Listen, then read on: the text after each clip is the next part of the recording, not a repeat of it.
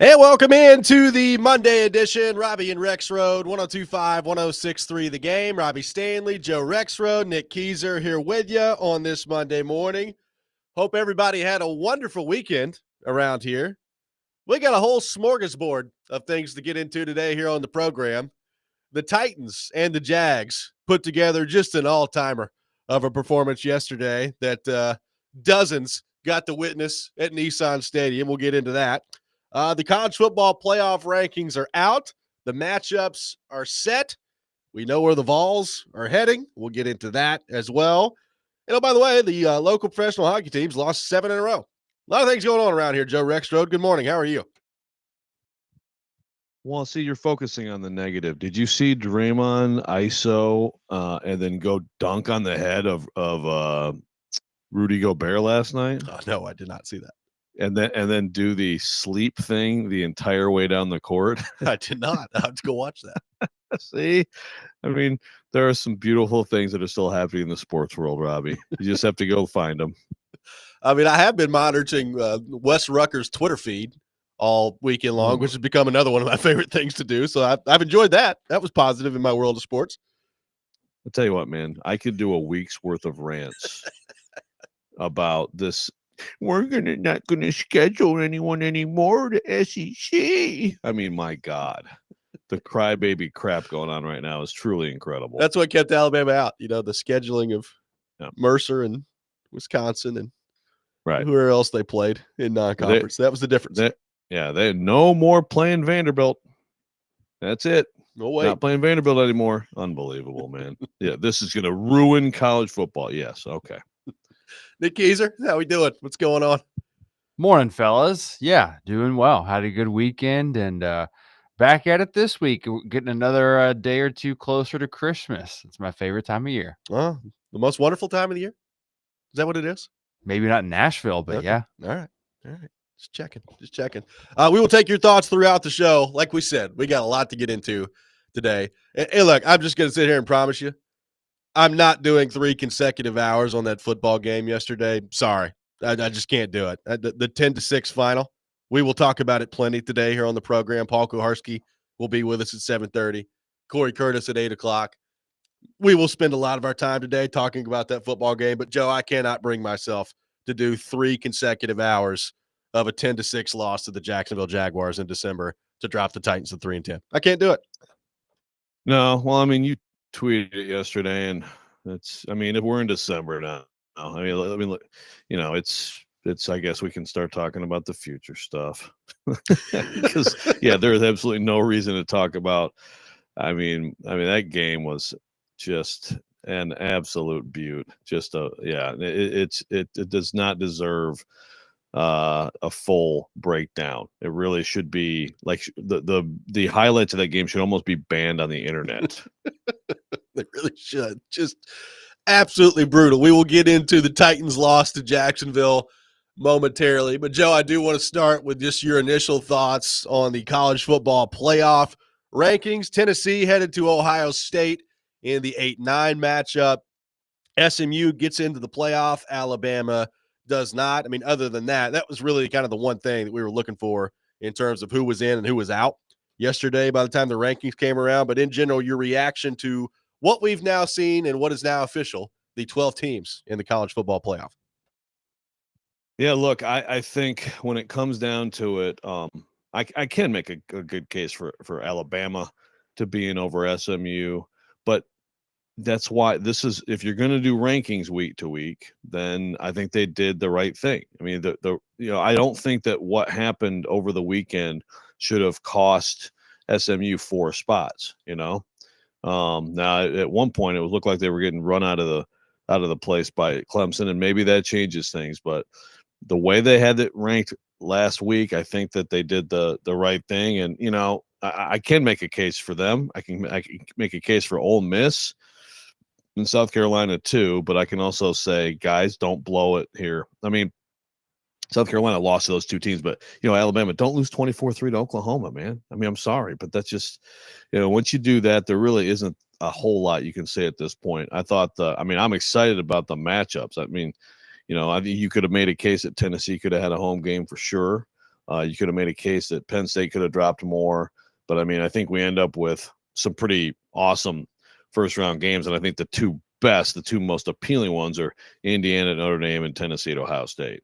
Yeah, I would agree. I think when you look at it, the matchups are exciting, like Tennessee and Ohio State. I think it's a really good matchup. I'm really interested to see what that looks like. I am a little bit mystified with some of the final rankings here. Like losing in the conference championship game apparently doesn't mean a whole lot. It has in years past. Like for instance, I don't really know why Texas is 5. Like Texas, I understand they lost twice to Georgia, and that's the only team they lost to. Who have they beaten?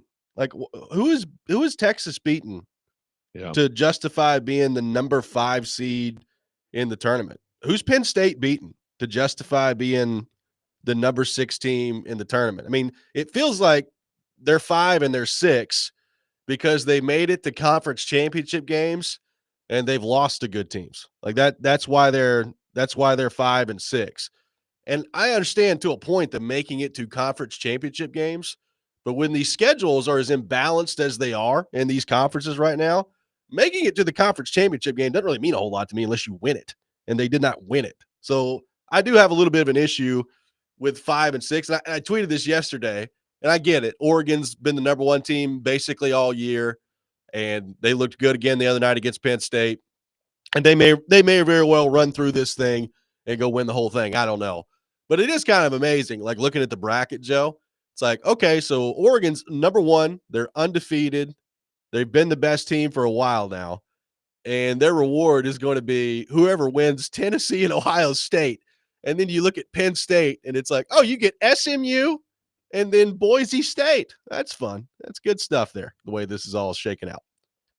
Well, if you want to disrespect Boise State, you can continue to do so. But yes, no, I've saw a lot of commentary on that. I totally agree with you on, basically, I guess you could say they've been somewhat consistent. I don't like it because I think it is different from basketball, and I don't think that's how it should be. But I think the committee has valued not having bad losses over having good wins, and I don't like that.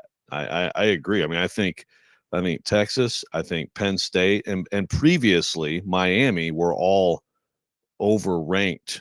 For again, Miami eventually plummeted, but for just for not having bad losses. So I would rather good wins be rewarded. I mean, I know it is when you compare football and basketball, the difference is, of course, like you just have so many fewer games. Right. So I guess, I'm not saying like you shouldn't be penalized for losing 24-3 to Oklahoma or some of the other bad losses some of these teams either are who are out or lower have. But I'm with you. I think quality wins should be more of a boost than a bad loss is a drag, and that's just not how the committee feels. Apparently not. I'll give you a perfect example. Like I'm not even really talking about the Tennessee part of this because I talked about this Friday. I had basically no expectation that Tennessee was going to start a game at home. So the fact that they're the 9 is right in line with where I thought they'd be. But like if I'm Ohio State today, I'm looking around and I'm saying, all right, so we have 2 top 10 wins. We get the same number of losses now that Penn State has. We beat Penn State head-to-head. Oh, by the way, we lost to Oregon by less points on the road than they lost in a neutral site game, and they're still ahead of us in the rankings. Like that like if I understand Ohio State lost to Michigan. It's a horrible loss at the end of the year. But like if I'm Ohio State, I'm like, how in the world is Penn State ranked ahead of us? That would be one of the things I'm wondering about today. Yeah, the committee thinks Michigan is buns. I guess so. I guess so. But that's it, right? That has to be the answer. Yeah. But yeah, I agree because I thought there was a possibility, and there's another. That's the thing. Like SMU was getting run out. I mean, Penn State was down 28-10, and it's like, oh my God, they're not going to stop Oregon one time. Maybe if that continues, I don't know, like how much to like just like the competitiveness of the games matter. Yeah. But I also agree with you, like I will say, look, I've been saying get rid of conference title games. They were pretty good this last weekend. I know they're not going to because they make revenue and they're not getting rid of anything that makes revenue. But I agree that like getting into these things, I mean, Texas had a way easier schedule. See, that's the thing. Texas and Georgia both got there. I'm way more impressed that Georgia got there. Yeah. With their schedule was insane, and Texas's was pretty easy. They missed a lot of the best teams in the SEC, and that's the problem with it. Is just a lot of times the teams that are going to get to these are just the ones that got the schedule breaks that year. Best moment of the entire weekend is Kirby Smart hopping on stage after they win the SEC title game and calling out Greg Sankey while Greg Sankey is standing 4 feet away from him. And Sankey's look on his face, I mean, it was murderous. It was awesome. I enjoyed every second of it. Wow, Greg Sankey's all over the place. Greg's just sitting there, like, just glaring at him. It was incredible. Beautiful. It was just awesome stuff. Meanwhile, Joe, the Predators have now lost 7 games in a row. So the Preds lose to Ottawa. Looked like they were getting ready to get shut out again, and they lose 3-1. So you go through this entire Canadian road trip. You've lost it. You're 0-4-3 in their last 7 games, 7-15-6 on the whole year. So, look, they're back at it tomorrow against Calgary. It's an interesting time in Predators land right now. They just don't have an answer. They can't score. It's 7 in a row, Joe. That doesn't happen very often with this franchise, and they're in a bad spot right now. No, I mean, when does it start getting ugly at home? Yeah. It doesn't. You tell me. I don't think the Preds, Preds fans expressing their displeasure with the home team has been too much of a thing. Not a ton. I've seen it a little bit here and there. I mean, if there was a time for it to happen, it would be now. It's just they seem to have no answers, and now kind of less and less fight. Yep. 615-737-1025. Our phone number, 615-737-1025. Titans lose 10-6 to the Jacksonville Jaguars to drop to 3-10. We'll dive into that debacle yesterday at Nissan Stadium. Take your thoughts on that as well coming up next. Robby and Rexrode, 1025, 1063, the game.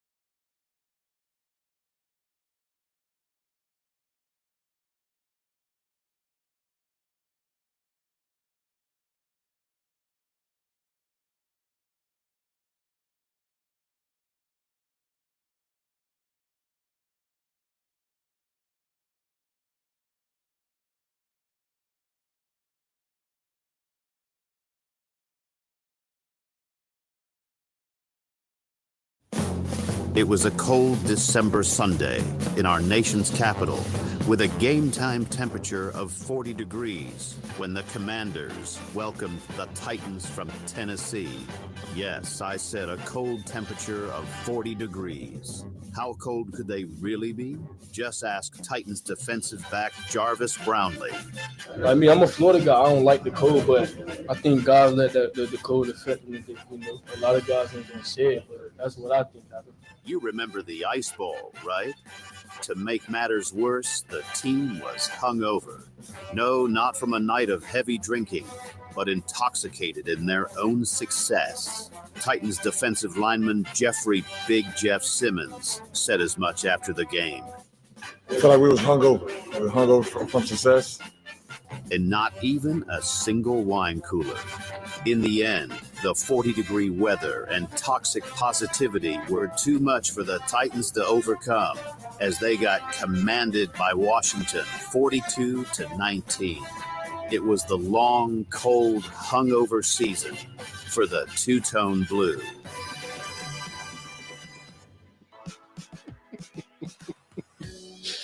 Nick Keyser very proud of that one. Very well done. Hey, at least it wasn't cold yesterday out there at Nissan Stadium. It was a little drizzly, a little rainy, but a step in the right direction with the temperature. As Joe, a not very filled Nissan Stadium, got to watch the Tennessee Titans somehow managed to not score a touchdown and lose to the Jacksonville Jaguars at home yesterday, Joe. 10-6, the final score. Mac Jones, McCorkle, as we dubbed him last week, comes in here, gets the big win for Jacksonville.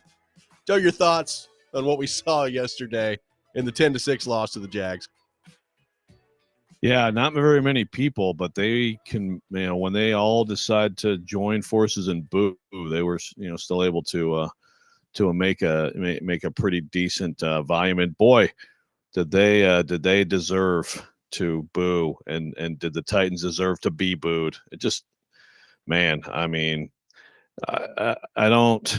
It's like that was one of those things where you're just like, did that just happen? I mean, did I just watch that? It was just like, I mean, I thought it was going to be like 6-3 final. I was like, perfect. Let's have this be a 6-3 final. And then, of course, the Jags won, and then I thought the Titans were going to end up pulling out, and it would have been like, okay, well, you cost yourself a draft spot. I mean, look, if you're a Titans fan looking for the draft spot, here you go. Problem is, it's a loss that, like, you still have to watch it and be like, what is going on that's good with the Tennessee Titans? Like, what is, because I saw Brian Callahan's comments afterward. There's a lot of positives and some good things going on, and it's just like, man, I'm struggling to find them right now with this team. That is to lose to that team, which is, again, just coached by a lame duck coach and with a very ineffective backup quarterback that everybody is beating, and to not be able to beat them at home when you are trying to win, when you are trying to show something, establish something, and of course, when you're trying to get your quarterback going and evaluate him and all that, it's just it's a huge disappointment. And I know that's weird to say for a 3-9 team, but it is. It was horrible. It was a horrible loss yesterday for the Titans. And not even just the loss, like losing to Jacksonville is one thing. That's bad. I mean, look, they were 2-10 heading into this game. So it's bad enough that you're losing to Jacksonville with Mac Jones as the quarterback, who, by the way, is just not very good. Like, you watch him play yesterday and you're like, oh, okay. He made a couple of plays. Also had a couple of just terrible decisions in that game. Could have ended up with more turnovers than he actually did, but he's not very good. So it's also, you don't score a touchdown in that game. Like, you don't score a touchdown against the Jacksonville Jaguars, who are not a good defense, by the way, and statistically, the worst pass defense in the NFL. And you can't score a touchdown against that team. And I understand they got down to the red zone a couple times and came up empty and just did not execute well in the red zone. And Okonkwo, on the fourth down play, probably could not have been more wide open than he was. And Levis just missed him on that play. In a perfect world late in the game, Joe, Would you like to see NWI come down with that ball in the end zone? Yeah. I mean, so it's not all on Levis, but it just was bad. Like the fact that you couldn't score a touchdown against that team yesterday, to me is more of a slap in the face than just the loss. Like it's one thing to lose to Jacksonville, to not score a touchdown in the process is just abysmal. And I genuinely feel sorry that people paid to go watch the football game yesterday. I really do. Yeah. Yeah, right. It's like, if your defense continues to I guess be hungover, and just you lose a shootout or something, that would be not great for the defense, but at least it's like, okay, well, there's something, there's some entertainment, there's some progress still on offense. Like you said, number 32 pass defense, and you manage 168 yards passing, you manage 272 yards, total offense, 4.4 yards per play. And I saw some people, and they're right. They could, Brian Callahan could have gone for field goals and had himself in position to win. And so I guess we could be sitting here talking about an exciting 12-10 win. Yes. I mean, it would be better. It would be better than a 10-6 loss. I didn't hate the decisions, like you said, hit Chigakonkwo, who's a strange play with the two tight ends that close to each other, but he was open. Or, Calvin Ridley, throw it a little earlier to Calvin Ridley, but still Calvin Ridley, turn, look, and run. Yeah, don't run out of bounds. Going out of bounds. You could do that too. A lot of things that they could have done. I that would have been an incredible catch by NWI in the end zone. It would have. I'll err on the side of defending him, but there's not much defending anything here, with this team, especially with that offense. That's just to come away with 6 points against that team, when it wasn't like because of the conditions or something like that is truly amazing. Well, and I said this Friday on the Levis part of this. The game Sunday against Jacksonville, not really the game to struggle, right? Like when you've had 4 consecutive games of positive momentum and you feel like you're building on those performances. Not exactly the game against this team on Sunday against Jacksonville where you can afford to have a setback just because of, I think, the optics that go with it. And look, he didn't turn the ball over. It's not like he was throwing picks out there left and right. Didn't make any egregiously stupid plays. But at the end of the day, you're 19 to 32 for 168 yards. You're not able to get in the end zone against the worst pass defense in the NFL. I would not say that this is now, carryover from what the previous 4 games were. It was a step back for Will Levis in this offense. I don't think there's really any other way to put it after that game yesterday. Yeah, I would have to agree with that. He he is playing through pain. I don't know how much. I do know that, did he do something bad to J.C. Latham? Because J.C. Latham damn near got him put in the hospital. Holy smokes. On the last play of the first half, which, amazing.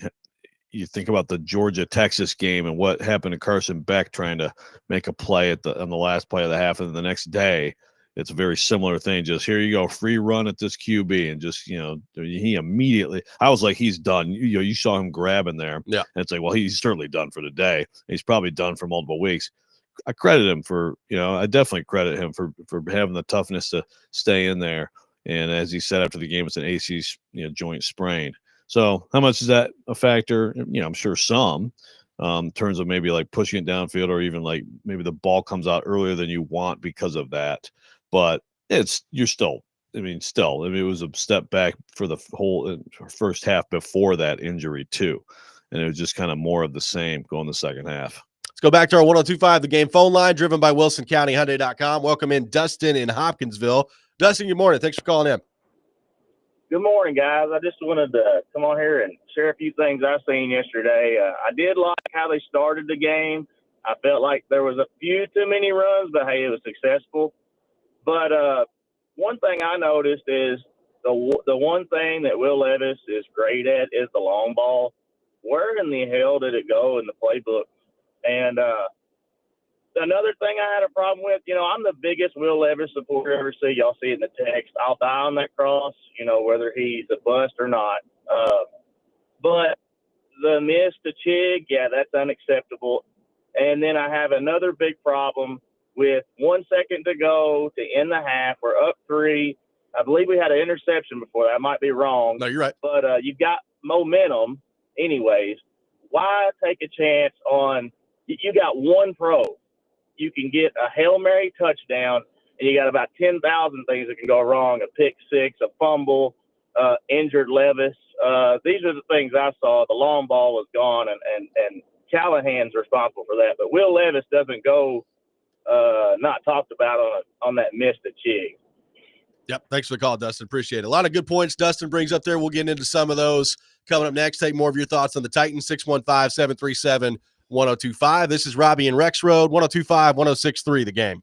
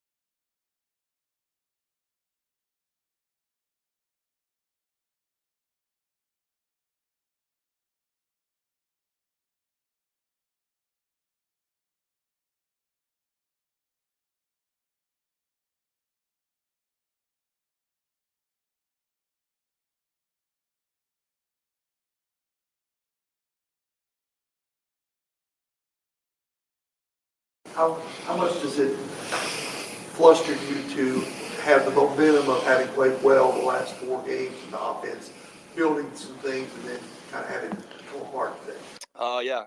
No, I mean, like I said, I feel like I still played a clean game other than those 2 plays, and it makes the stat sheet look a lot better if you make those 2 plays, though. So, we as an offense, we felt like we were getting everything we wanted with them. We were moving the ball and just getting stalled on 3rd downs versus some good defense, and they played some sticky coverage and was able to match our guys pretty well.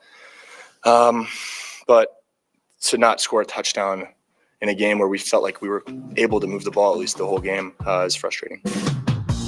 That's Will Levis after the game yesterday. Titans lose 10-6 in a game that set football back 20 years at Nissan Stadium yesterday. Taking your thoughts on our phone and text lines driven by WilsonCountyHyundai.com, 615-737-1025. Dustin calling in the last segment, Joe, talking about the lack of deep shots the Titans took yesterday.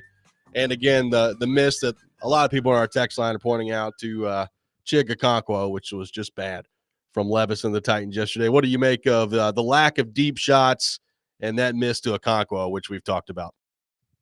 Yeah, the bad miss there. Kind of, like I said earlier, kind of a little bit of a strange route to see those guys that close to each other. But I agree on deep shots. I thought early in the game, they come out right out and it's like just run. I'm like, you know what? I think this makes sense. Put them in a bind, put them in conflict, and then you're going to play action them to death, right? I mean, I like the idea. And they're running with success. Pollard looks great out there running the football. I mean, Pollard consistently has been very good this year. So I like the game plan. They did. I mean, look, a lot of their drives, they did, move the ball. I mean, they had 1 3-and-out in the whole game, for a 10-6 game. They had 1 3-and-out, Now they did have 2 4-play drives that were punts of 11 and then a 16-yard drive. So, it's not like it was, but they had a 51-yard drive, 11 for 51, a 15 for 90, 11 for 45, 11 for 61, and they end up with 6 points. I do, like I said earlier, the deep shots, I agree. I think with Will Levis, that's what you want to do. I think they've done a better job lately of doing that, and they've benefited from it. Did it have something to do with the shoulder yesterday in the second half? I mean, I don't know. And then Levis talking about a clean game. I know some people have taken note of that. Obviously, he didn't throw a pick. Yeah, I mean, from a turnover perspective, it was clean. I don't know that it was totally clean aside from that. Yeah, because I thought also that there were just some misses. Yes, Jacksonville covered the Titans surprisingly well, considering what they've been this year and what the Titans have done lately in the passing game. But I thought Levis still just missed some passes that were there that you not. I'm not saying like when he missed Chig in the end zone. I'm saying just like saw it but missed the pass. Yep. Herb in Kentucky saying, I don't understand why the Titans don't run the ball when they got 1st and goal inside the 5. 4 pathetic pass plays and no points. This happened at least 4 times this year. No one says anything about it. If they've scored in this situation yesterday, they probably would have won. They did have one of those drives, Joe, where they did run the ball inside the 5, and Tony Pollard got in the end zone. And, you look at the replay, and Dylan Radins is actively tackling a Jacksonville Jaguar to the ground. So it gets called back from holding, and then you have no choice but to throw it at that point. So they did run it. They did score. It gets called back from a holding penalty. And the bottom line is when you get in the red zone, you got to find a way to score touchdowns. You got to find a way to get the ball in the end zone when you're in the red zone, especially when you're in the high red zone inside the 5. Like you got to get in there and score those touchdowns. And they couldn't do it yesterday. That's the low red zone, right? It is the high red zone? No, it is low red zone. You're correct. Okay. I was like, uh-oh. But you can score from the high red zone too. You can. Get back there from the 18. You can score from either. Yeah. Obviously, red zone, big issue. And speaking of the offensive line, 2 sacks. The 2 sacks, 3 QB hits. The pressure rate numbers are not high from yesterday, and yet I still felt like it was a bad offensive line game. I mean, maybe not relatively speaking for these guys, but it's still watching them try to play offensive football. It's you're going to have just a ridiculous snap from Petit Frere. We talked about the Latham one earlier where it's just a missile right to Levis's back.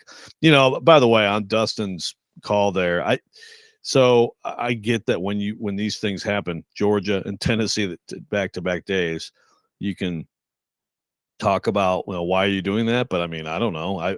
If I have the ball at the 50 in a football game, I'm going to call a Hail Mary, right? I mean, it's worth a shot. When you talk about a deep You'd like shot, your left tackle to at least get in the way of somebody on that play. Yeah, right. I mean, I'm not going to, if I'm there, yes, I'm going to try to put the ball in the end zone because sometimes it works out and you get a touchdown. And we all know this team could use a touchdown any way you can get a touchdown. No doubt about that. I mean, look, you know, it's kind of stunning to me that they only gave up 2 sacks and had 3 quarterback hits allowed yesterday.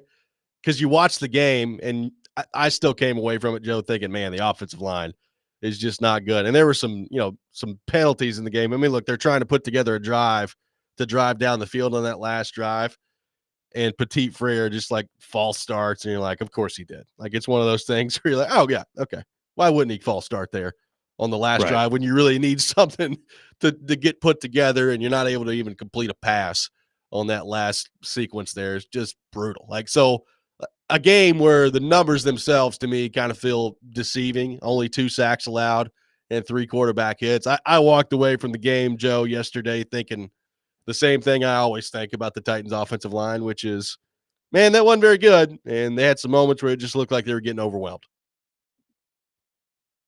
Yeah, again, the numbers to me don't really reflect just the poor play that I thought that they had. And again, they can run block, you know, but like you said, then you have a situation where you're in easily and you commit a penalty that can't possibly not be called. So it's one thing or another with this offense. So, you know, maybe Brian Callahan shouldn't have gone for it and, realize limitations and just try to let Nick Folk win the game. But I don't know. It's one of those things. I can't sit here.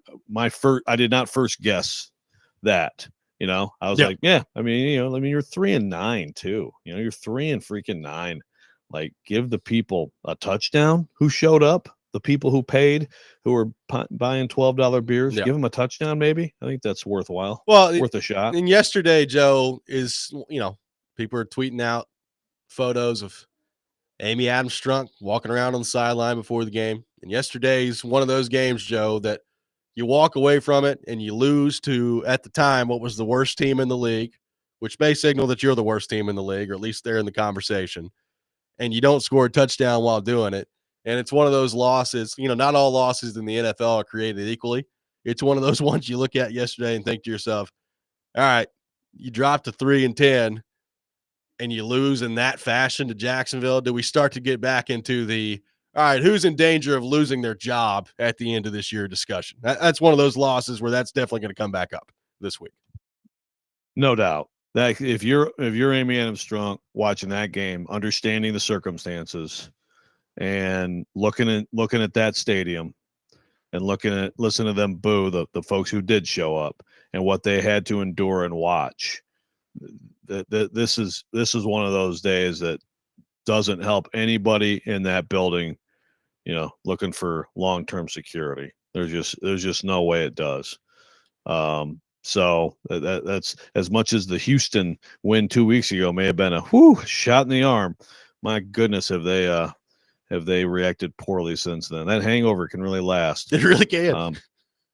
Texter says, we only scored 6 points with like 19 exclamation points. Quit trying to find the buts and ifs of what could have happened. Trade for Justin Fields. That's the answer to unlimited offense in the NFL is Justin Fields. That's gone swimmingly to this point. Yeah, he creates a lot of touchdowns. He should. Great idea. 615-737-1025, our phone number. More of your thoughts on the Titans' loss to Jacksonville yesterday. We will get back into the college football playoff rankings. The Preds have lost 7 in a row. Lots going on around here in the world of sports. Take your thoughts on all of it. 615-737-1025. Robby and Rexrode, 102.5-106.3 The Game.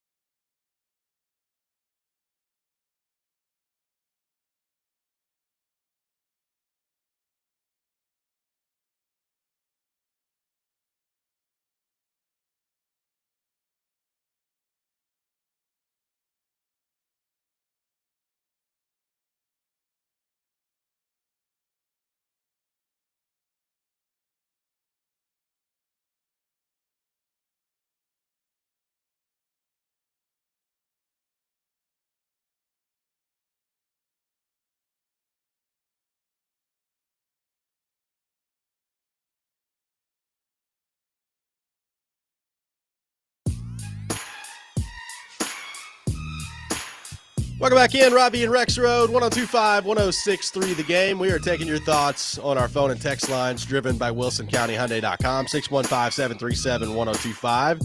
We are live from our Busy Bee Plumbing, Heating, and Air Conditioning Game Nashville studios, home of the $99 yearly Beehive membership where the buzz is always about great service. Titans lose 10-6 to the Jacksonville Jaguars. Dwight from Fairview, Joe, saying, I feel like you guys are therapists for the Nashville sports fan. Just waiting for y'all to start asking callers. And how does that make you feel? That's what we're here for, Joe. We are your therapy session today. Not a lot of things going on that are great around here for the pro sports teams, and we are your therapist. I think Joe Rexrode expertly qualified for that. I feel like you guys are therapists for us, so maybe we're co-therapy. Yeah. Is this co-therapy? Is that what it would be called? Yeah. I think so. We're all helping you. We're talking through it, okay? We're talking through it. We are. Also, another texter says, explain why none of our local reporters walk up to Amy and Armstrong asking for comments/interview.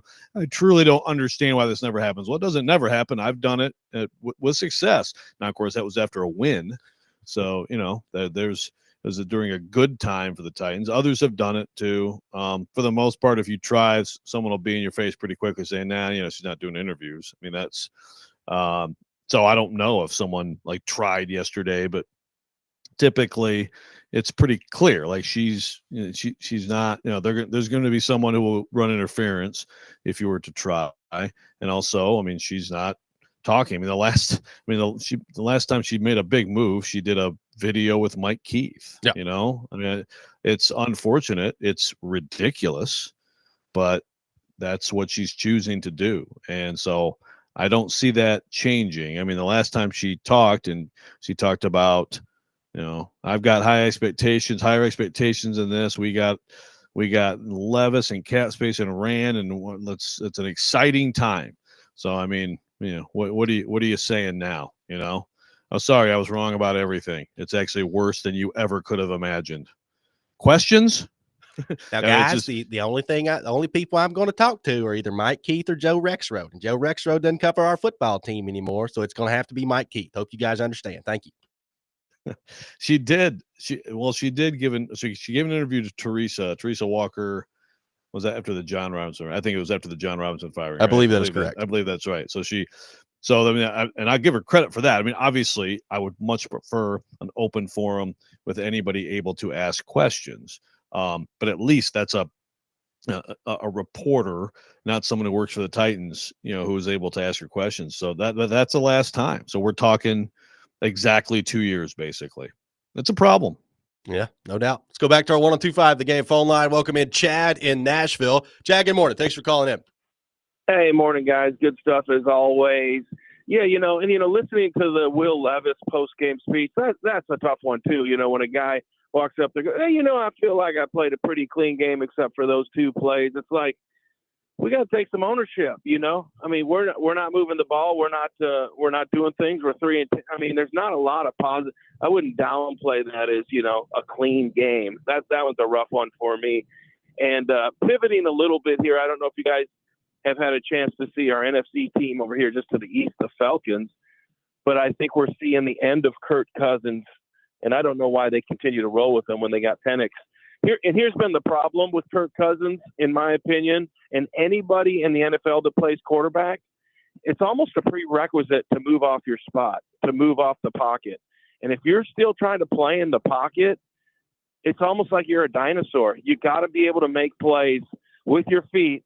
You don't have to be a running quarterback, but you got to be able to move your pocket. And I think he's a dinosaur, and I think the longer they stick with him, I know they're paying him, hold on here, $90 million this year. That's how much he actually physically got paid, and it carries over into next year.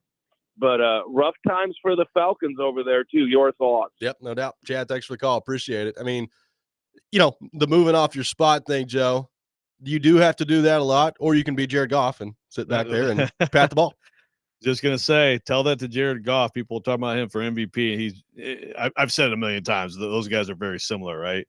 If you can give them clean pockets, I'll pick you apart. And if not, it can go bad quickly. So I in general agree. A quarterback who can do some things with his legs in this game is a real asset.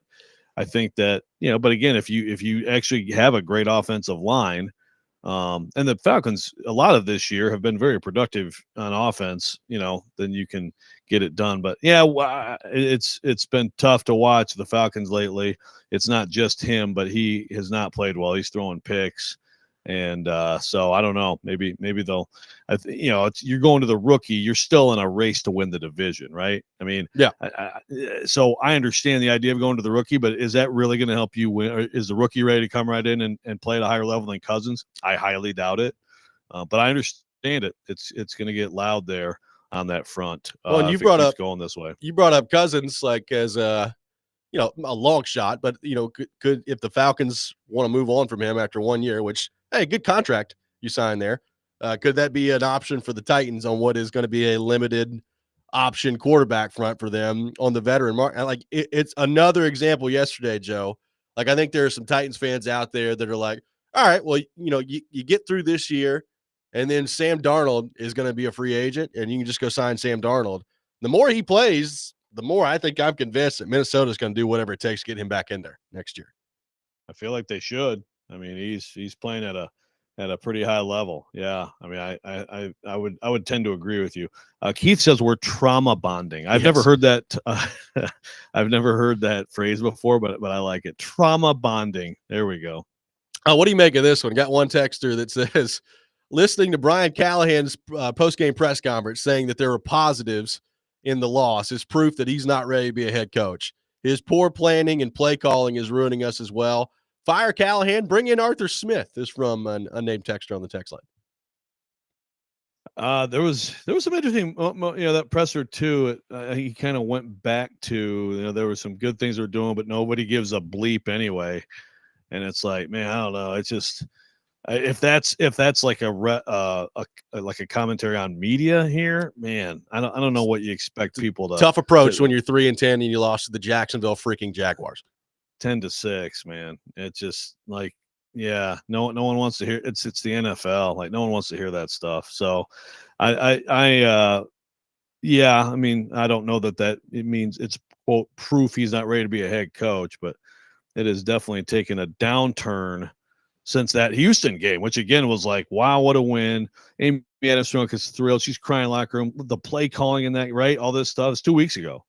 And it has not gone well since then. And yeah, I don't know what stressing positives after that game. I'd probably just steer clear of that, Yeah. You lost 10-6 in front of a half empty booing stadium and you're 3-10. Yeah, not necessarily the place yesterday for, there are some positives out there. I don't know if anybody cares about that, but positives. And then the quarterback talking about playing a clean game. Yeah, probably not the greatest setting for those two comments after the game yesterday would be my guess. Yeah. I just want to shout out real quick to Dustin from Hopkinsville because, yes, I could not have been more right about Bryce Young. By the way, man, I know I texted you guys. He was incredible yesterday in Philly. They should have won. He threw a pass, like an amazing pass. And your guy, your MVP, Xavier Legette, just catch the ball. He had the dive. Oh, no, whatever. He did. Wow. Did you see just to even get that ball where he did was ridiculous. You got to catch that one. You got to catch that one. He had the dive, and he was he's still trying to overcome at the pro level, being coached in college by Shane Beamer. I give him all the slack in the world. Shane Beamer, the Cheez-It. What did he say? The Cheez-It Bowl chose us. They could have chose a lot of people, but they chose us, and that means something. Thank you, Shane. Oh, God. Fantastic. Who are they playing in the Cheez-It Bowl? I have no idea. I'll have to go look. I'm sure it's a great matchup. Yeah. Wow. How fired up do you think Alabama fans are for the ReliQuest Bowl? I'm actually surprised there hasn't been a little bit more Alabama fan anger. What's Pop say? What's your dad saying here? What's he think of the whole thing? Oh, he wants to fire DeBoer already. So we've reached that point of the part. You missed the college football playoff, expands to 12. Just get him out of there. So there we go. We've reached that. Don't lose the ReliQuest Bowl. Better not lose that ReliQuest Bowl, or DeBoer's going to be in trouble. No doubt about that. Hey, real quickly before we get into the college football playoff, A matchup, a bowl game I'm legitimately excited to watch. Give me a little Vanderbilt, Georgia Tech. Fired up to watch that one, the Birmingham Bowl. That's a fun one, man. Those offenses, there may not be a ton of passing, but a lot of good QB running. I like that one for sure. 615-737-1025, our phone number. More your thoughts on the Titans' loss to Jacksonville. We'll take those on our text line. Paul Kuharski will be with us at 7:30. We'll get his thoughts on that debacle as well. We will get back into the college football playoff, the matchup with Tennessee and Ohio State. We'll take your thoughts on all that. Robby and Rexrode, 1025, 1063, the game.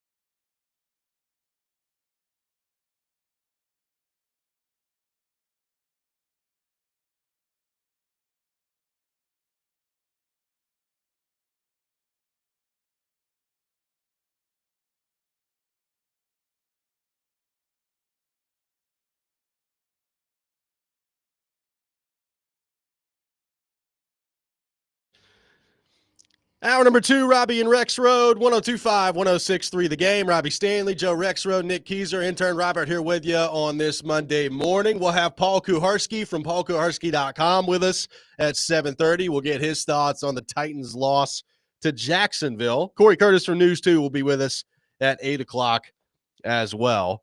The college football playoff rankings, the bracket is set.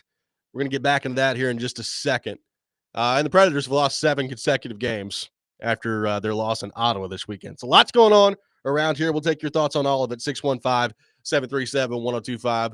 Joe, real quickly, just another thought from me on the Titans before we get back into the college football playoff stuff. It is kind of amazing. I mean, look, they're 3-10, so losing games to some of these teams isn't necessarily a surprise when you've lost 10 games already this year. But I mean, it is kind of amazing to think about.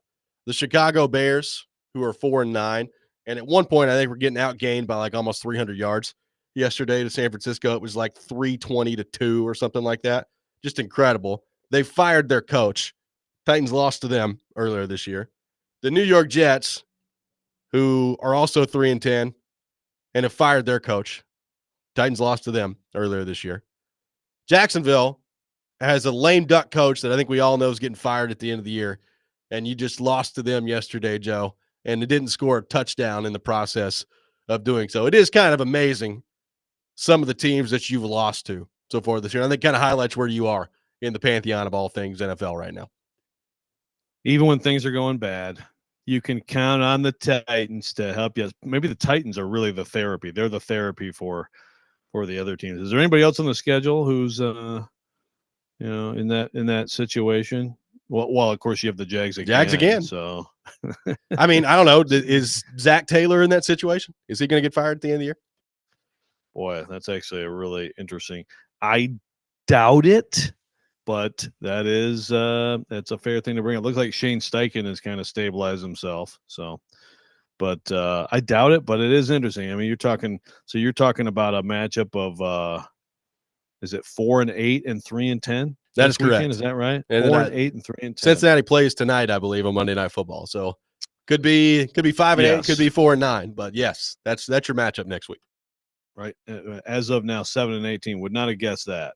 Certainly on the other side, your Super Bowl champion Bengals. Sorry to bring it up. Yeah, it's going really well. Good stuff there. The college football playoff bracket is set. Tennessee will be the 9 seed traveling to Columbus to take on Ohio State. We'll get into that matchup specifically here in a second. But, Joe, just your thoughts on the college football playoff bracket, the way things have shaken out, and the decision by the committee to go with SMU ahead of a 3-loss Alabama team in the college football playoff. Yeah, look, I think it was the right decision. I mean, I'll say this. If you really did sort of redo everything, like if we didn't have rankings week to week, yesterday I would have said I like Alabama's resume, but I'll again say this: I like Ole Miss's resume better than Alabama's, by the way. But it's like those SEC 3 teams are so closely bunched together. They all have 3 losses. They all have some very good wins, and they have some bad losses. But I would have chosen Ole Miss's resume over SMU.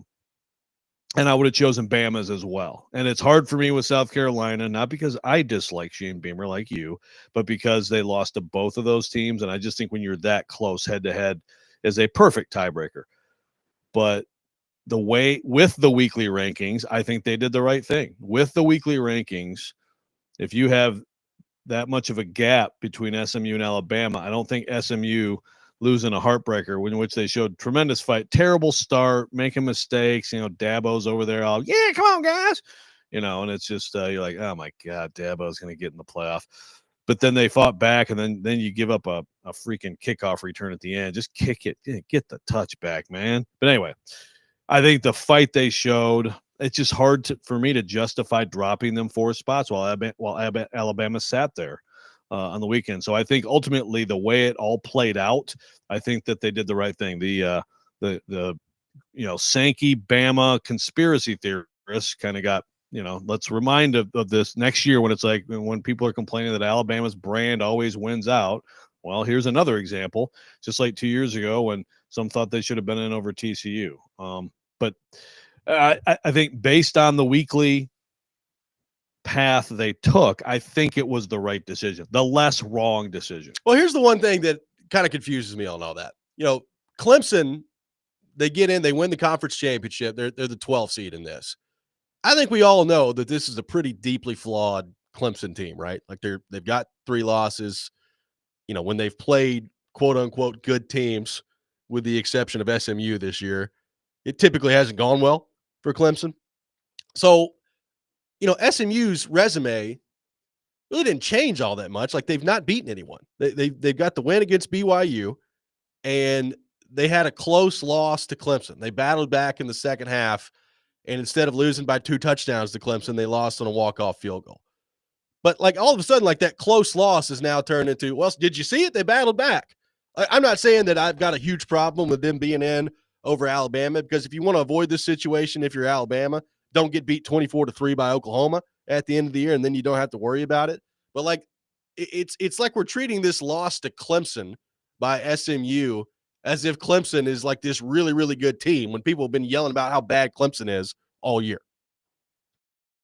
Yeah, I hear what you're saying. I think that there is, they've said, and some people went way too far with this. They've said they don't like the idea of penalizing teams, in the conference championship. Now, they also, Ward Manuel said Tuesday, yes, it is possible. He was asked straight up, is it possible then for SMU to fall behind Alabama? He said, yes, yes, it is. Right. So, but I do feel like there's a little bit of, almost like kid gloves with the teams that made the conference championship games. Look, whatever happened yesterday, it was going to turn into some, this is going to ruin the game. We have the whining about the scheduling now from the SEC people. If it would have been the other way, then the ACC people would be saying, well, then conference championship games cannot happen anymore. You just can't have them, right? So, and in both cases, that's overly dramatic. But no, I mean, you're not wrong. I mean, Clemson, got blown out by Georgia. They have played better this year, but it's not like it's some huge. It's not like you're playing Oregon number 1 like Penn State was, where being competitive is more impressive. Yep, 615-737-1025, our phone number. Your reaction to the 12-team college football playoff bracket that is now set. And what do you make of the draw for Tennessee, who is officially going on the road to take on the Ohio State Buckeyes? We'll get into that as well. Paul Kuharski will be with us at 7:30 to break down the Titans' loss to Jacksonville. All that coming up. Robby and Rexrode, 102.5, 106.3 The Game.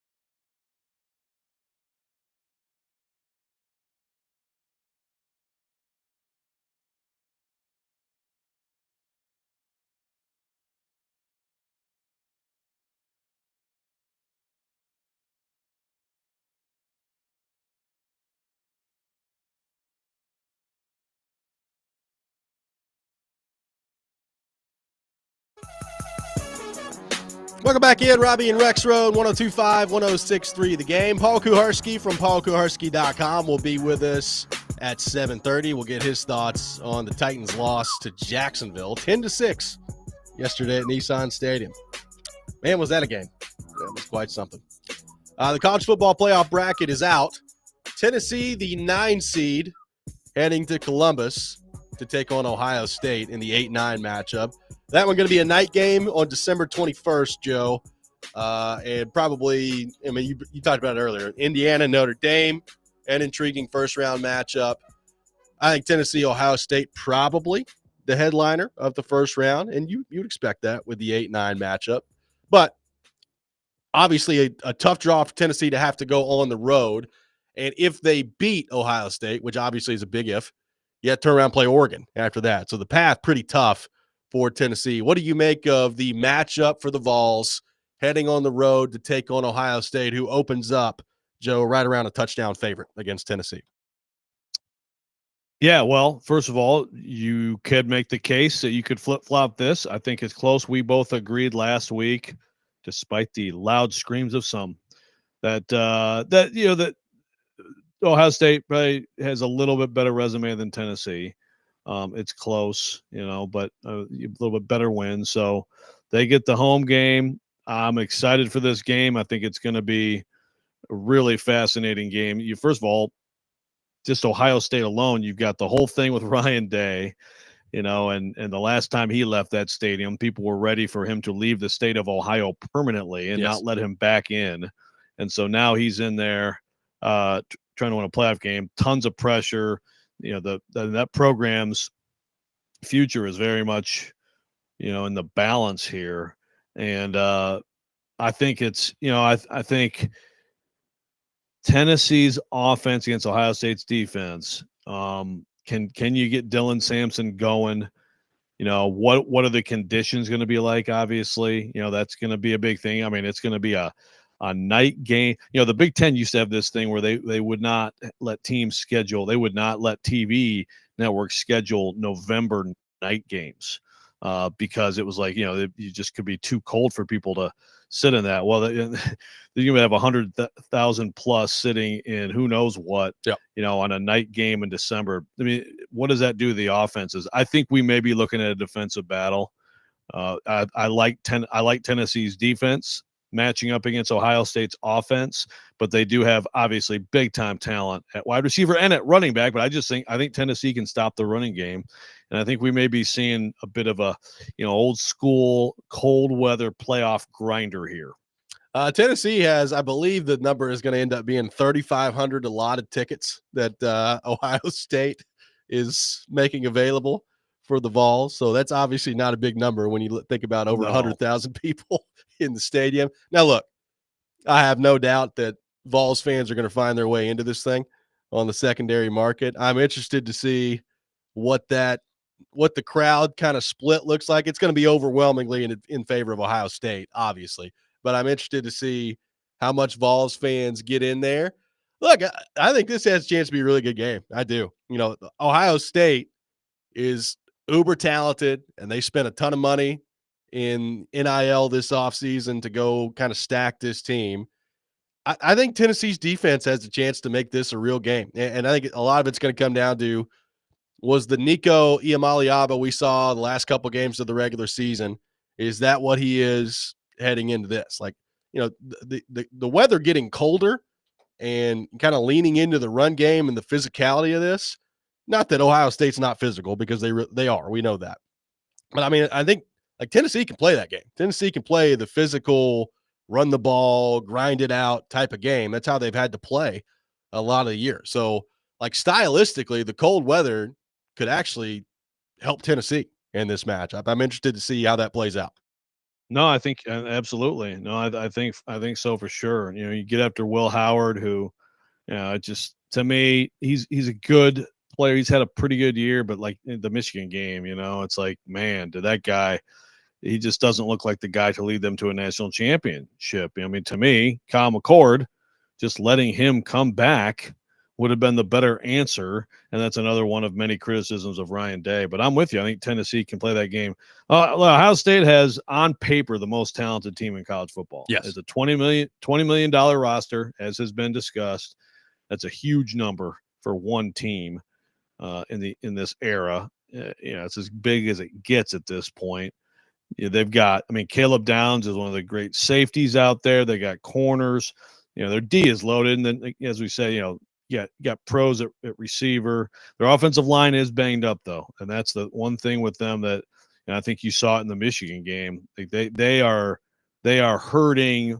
They don't have the depth you need on the offensive line to do what they were doing earlier in the year. And that's where, I think Tennessee could really put them in a bind and give them a lot of third and longs. And, I think Tennessee's corners are the best they've had in a long time, but you are definitely seeing a real challenge here with these receivers. But yeah, I think you're right. Tennessee stylistically, not afraid to go into that stadium. Maybe the team from 2 years ago, this is where this team is kind of built more for something like this.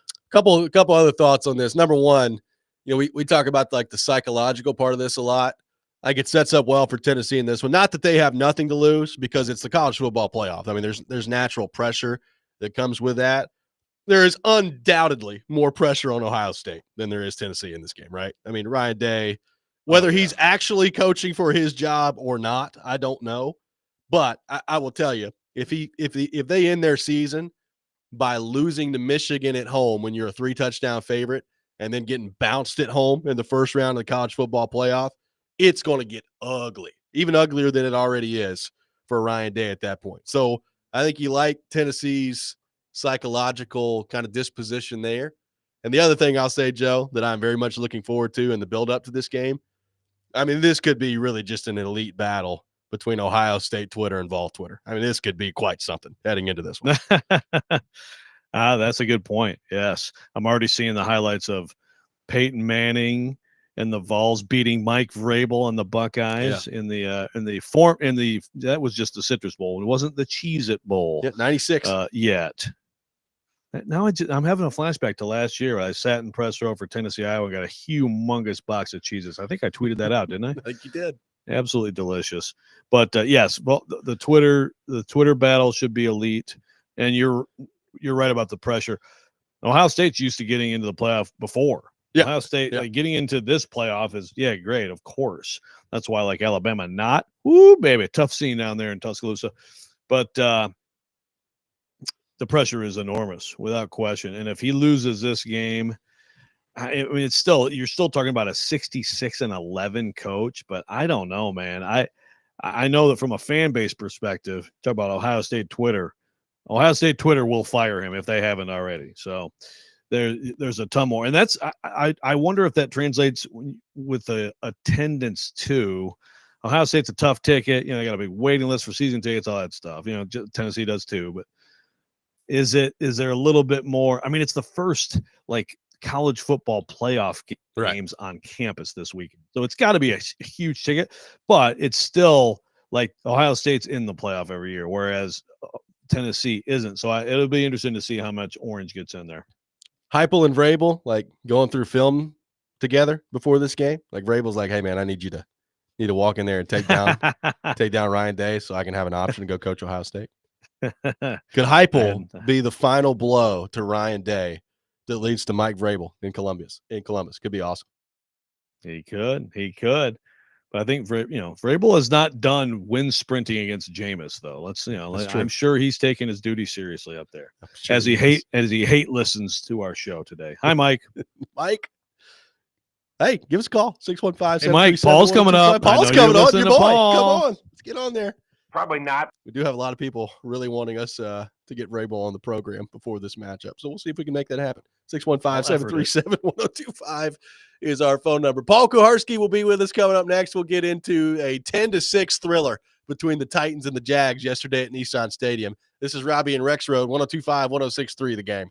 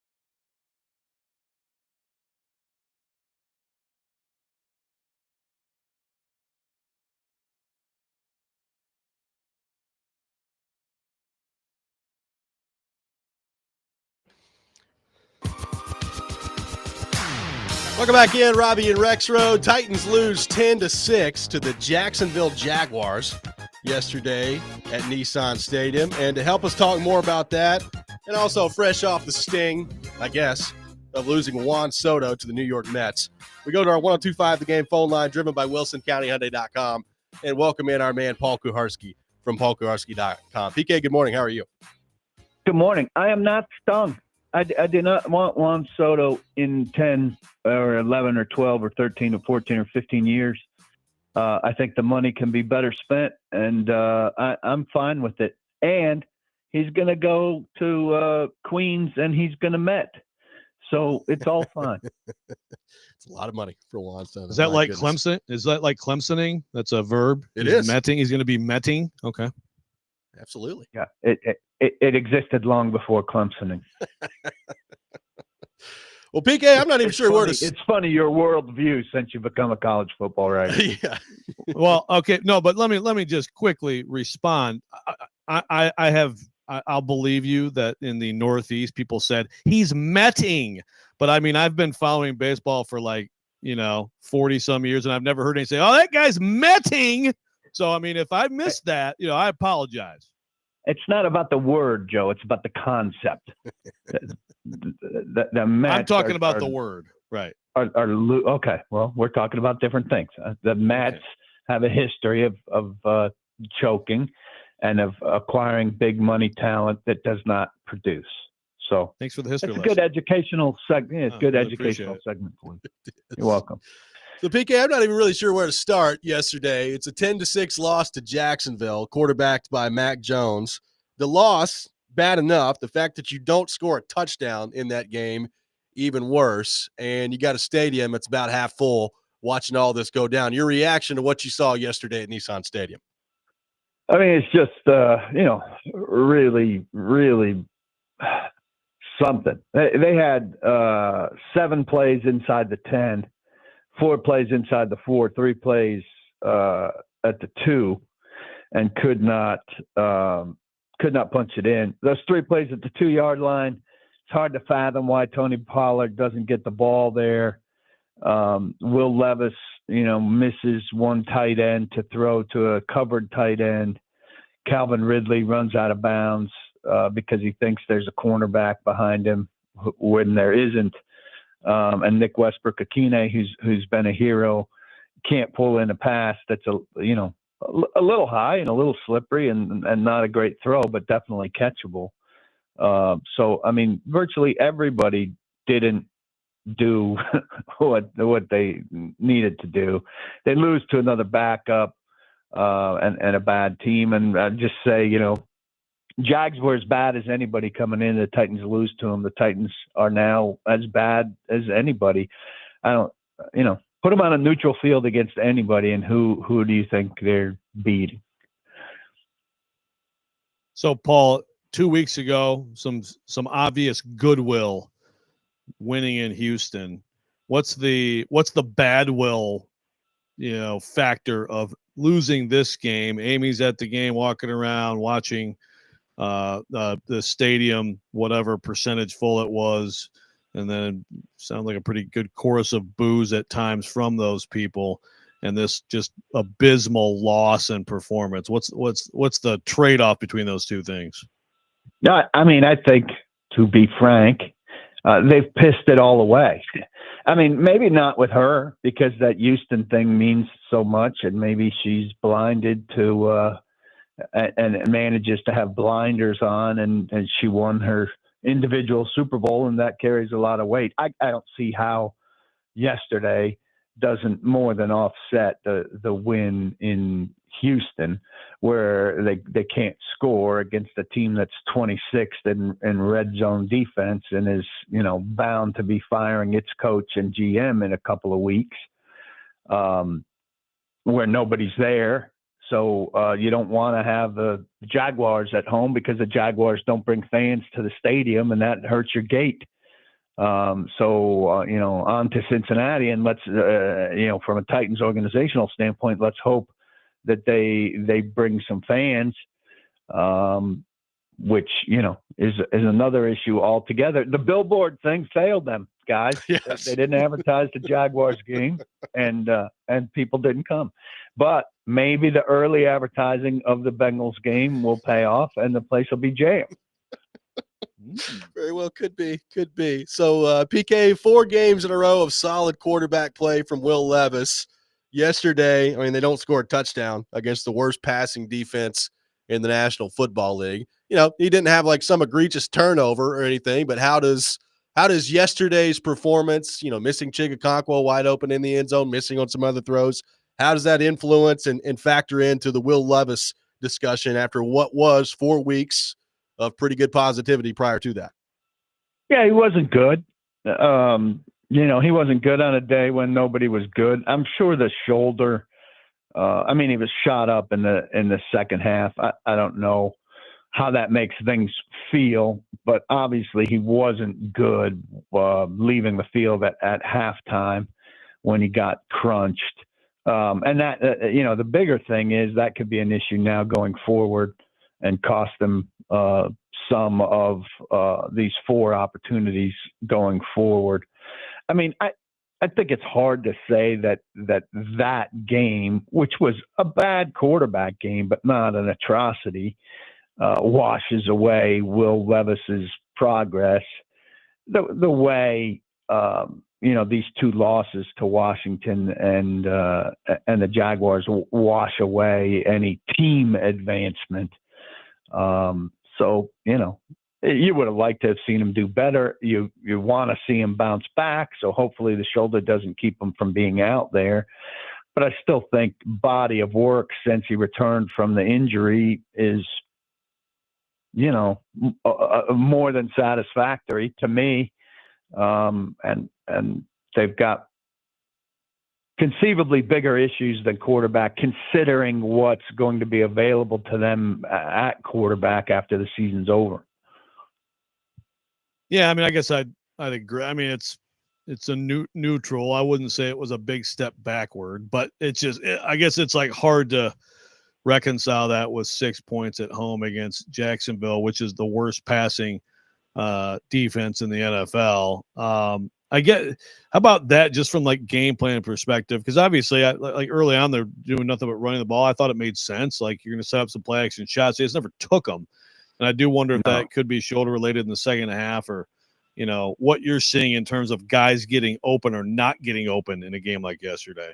Yeah, I didn't think there were a lot of guys open. Did you? And the other thing is, Jacksonville went into a nice no huddle there. It needed to, right? And forced the ball to its best guy, Brian Thomas, and got results. And I had talked a lot the week before. Nick Holtz talked about why they don't go no huddle. We really want to get good plays against good looks, and there's communication on the line that needs to happen. He said that they've been 5% no huddle. Well, that goes down because they didn't do any yesterday, and they didn't need to do it for clock management yesterday. But when your offense is anemic and you're going to have so few possessions, like look what it did for Jacksonville. Like I don't think the Titans are capable of doing it. I think Nick Holtz's answer said they're not capable of doing it. But if they were capable of doing it, look at the pressure it put on the Titans defense when Jacksonville went and did it. It was like, oh, we got to defend something different here. They're doing something different. And it lifted Jacksonville like, hey, look, we're zippy now, and that's an element of offense that the Titans just don't have, which is, a change up for a team that, is so sluggish offensively at some stages. I can't understand why it's not in their repertoire. So PK, Brian Callahan, begins the press conference yesterday talking about, positive things to build on, and that has not gone over well on social media, not gone over well on our text line today. What did you make of Brian Callahan's post-game comments? Well, I asked the first question, and I said something akin to, you just scored 6 points and you couldn't score a touchdown, and you see a lot of positives?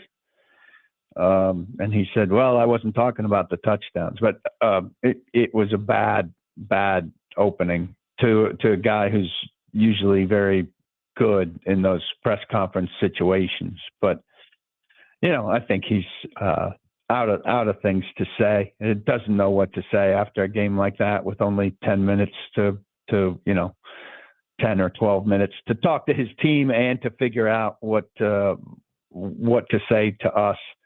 But yeah, you can't open your press conference after a 10-6 loss to a terrible team by telling us that you saw a lot of positives. And quite frankly, the defense played certainly winning football, but later he said nobody gives a bleep. Would have been better to open with there were a lot of positives, but nobody gives a bleep. That's a more complete thought, a better thought. Well, was that? I guess I thought, is he saying nobody gives a bleep? Like, is he talking about like negativity from like the media, or am I reading too much into that? No, Okay. I think when he said it later, he was kind of amending the thought to like, yes, in the context of this, in the context of what just happened, that nobody's going to care about the positives. Like, I think he almost circled back to it to self-correct. He wasn't saying we did a lot of good things, but Kuharski doesn't care. That's not what he was saying. I don't think so. I don't think so, and I certainly hope not. PK, thanks for being with us as always. Looking forward to chatting with you on Wednesday, and we'll talk to you soon. Joe, I'm sorry they didn't give you a better assignment regarding the college football playoffs. I read a lot of the athletic stuff, but then I saw your thing, and I was like, oh, wow, they gave him something about they gave me the New York Times print edition today, so thank you. Thanks for bringing it up. Wow. Well, we know they're making some bad judgments lately, and we'll put that on the list.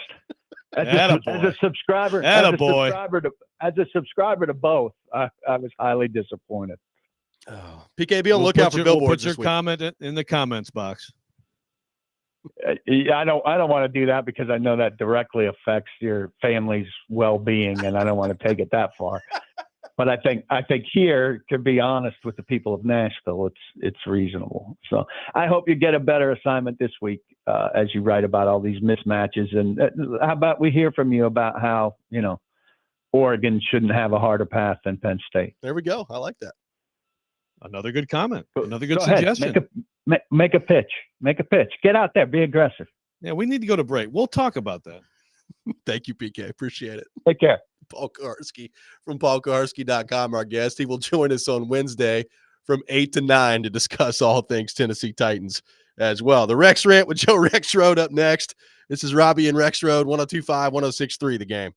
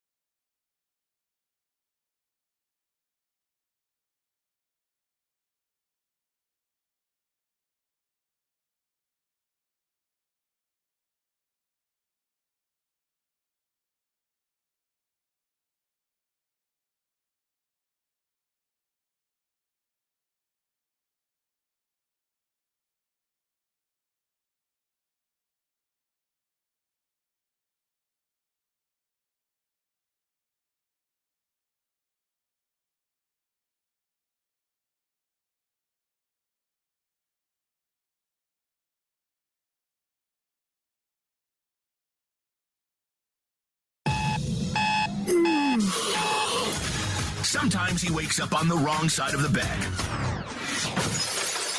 And sometimes he's just, well, Joe. Awkward moment. Let's do it. This is the Rex Rant, now on Robby and Rexrode. The Cheese and Bowl chose us. They could have chose a lot of people, but they chose us, and that means something. Hi there, Captain Jack. What's up, Major Tom?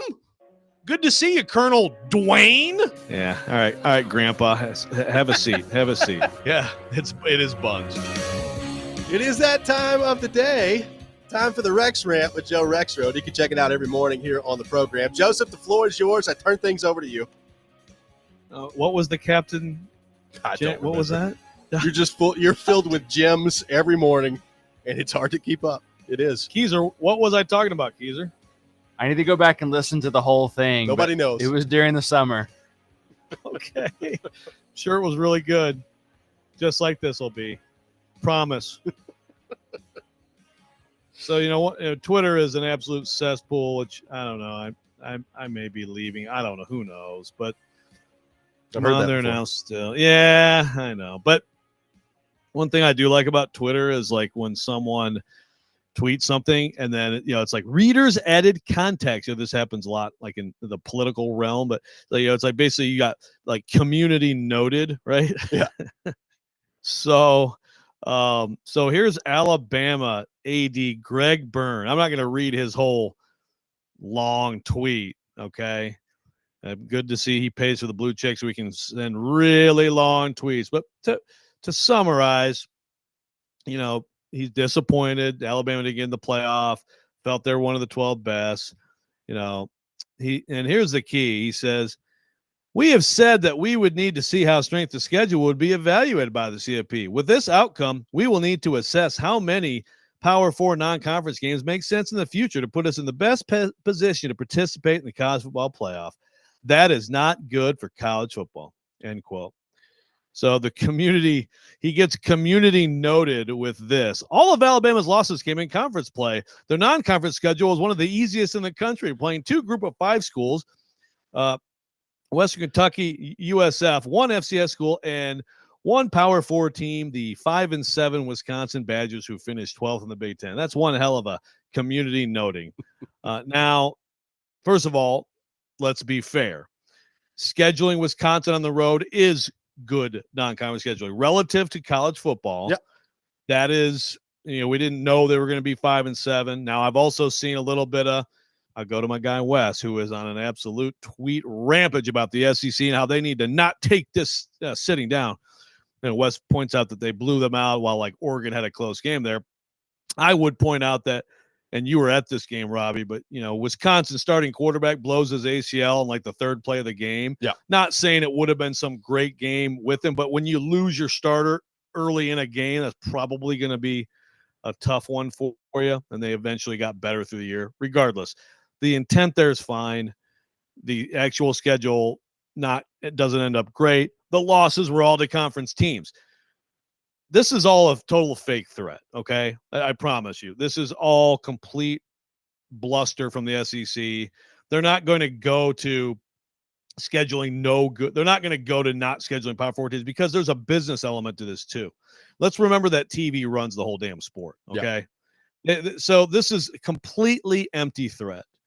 But what I do think yesterday is going to potentially do and needs to be, again, I could rant about this every day. I could make this my rant every day.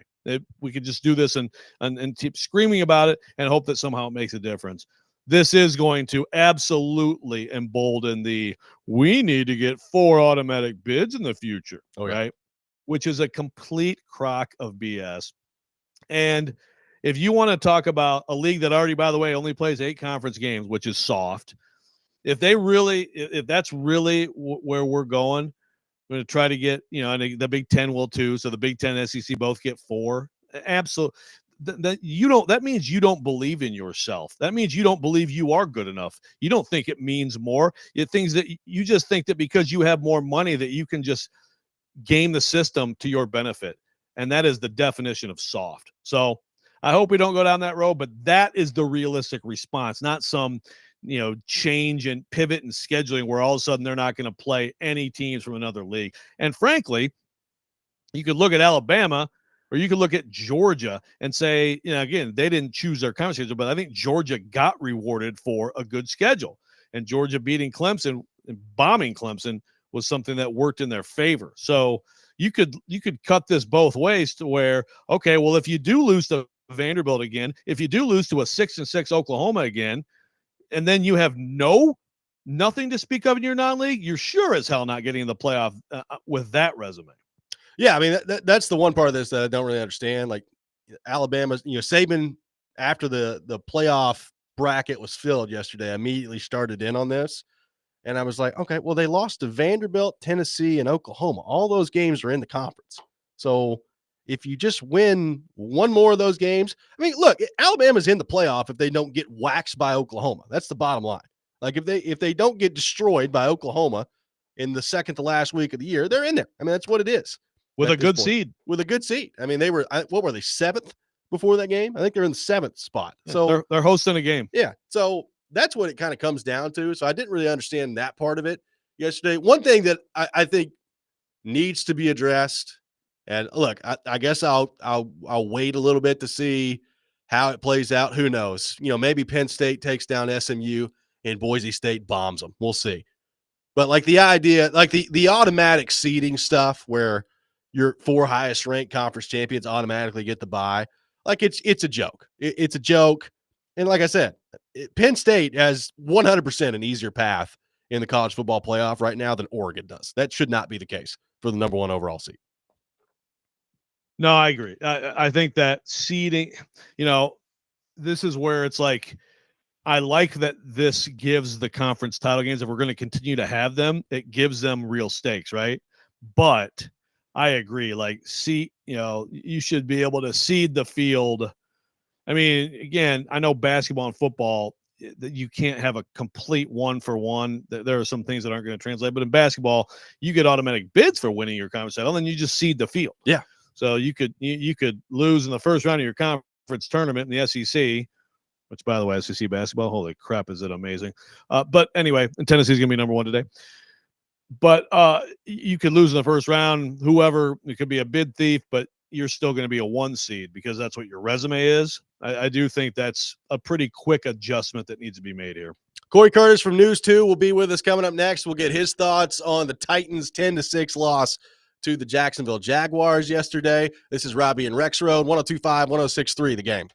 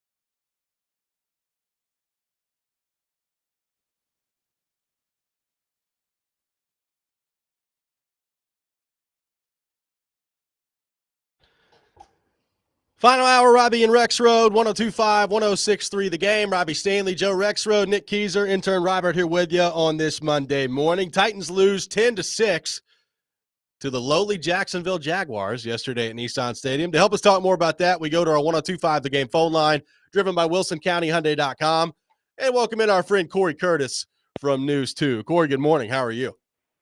I am a delight this morning. How are you guys today?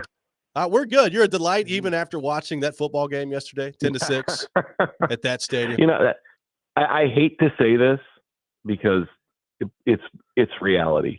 I've watched that game before, and I'll watch it again. You will. There's no doubt. No doubt about that one. So where do you start on this? To me, Corey, the loss is one thing. Like losing to Jacksonville is bad enough. We all know how bad the Jags are. And when Mac Jones is their quarterback, it just kind of adds insult to injury. But to lose and not score a touchdown against that defense in the process of it, just I think magnifies it and makes it worse. What did you make of what we saw from the Titans yesterday? I mean, throw out Detroit, throw out Washington. This is the low point of the season. There's no question about it. You lost to a terrible football team with their backup quarterback at home. I mean, there's no other way around it. You know, when you lose to the worst team in the league with their backup quarterback on your home field, you know what that means? It means you're the worst team in the league. And, you know, they claimed that mantle, you know, yesterday. And, you know, special teams was better.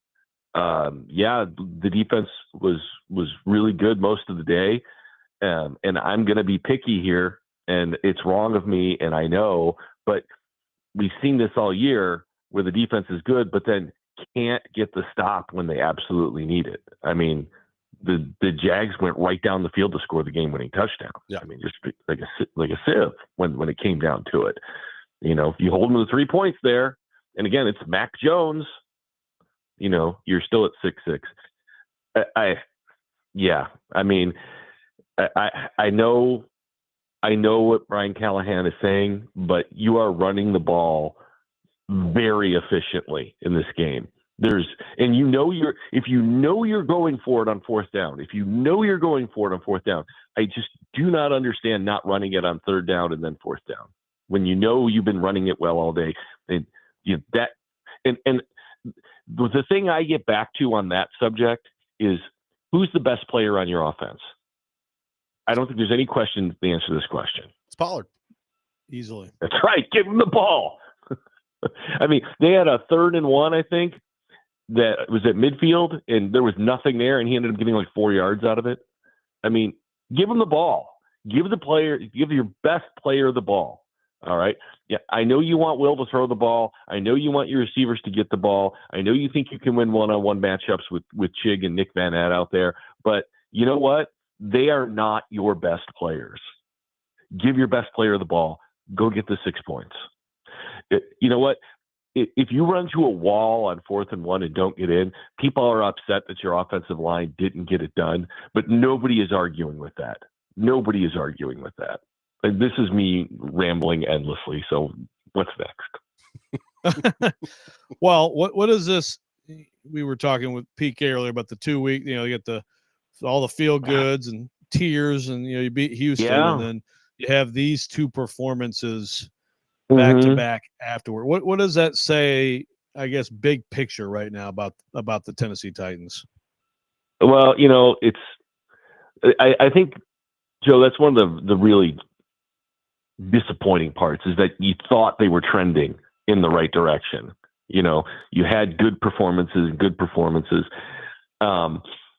You know, it just says they're not good enough.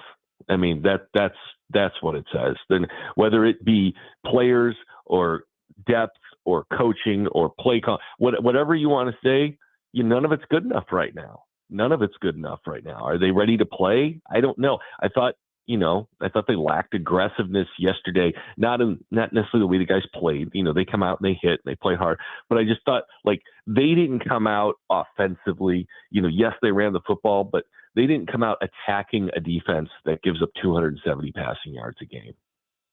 And I wanted to know, where was the confidence in pushing the ball down the field yesterday? because I feel like when you play for 3 points on the opening kickoff, after the opening kickoff, you're just telling your team, okay, we're going to play it safe today.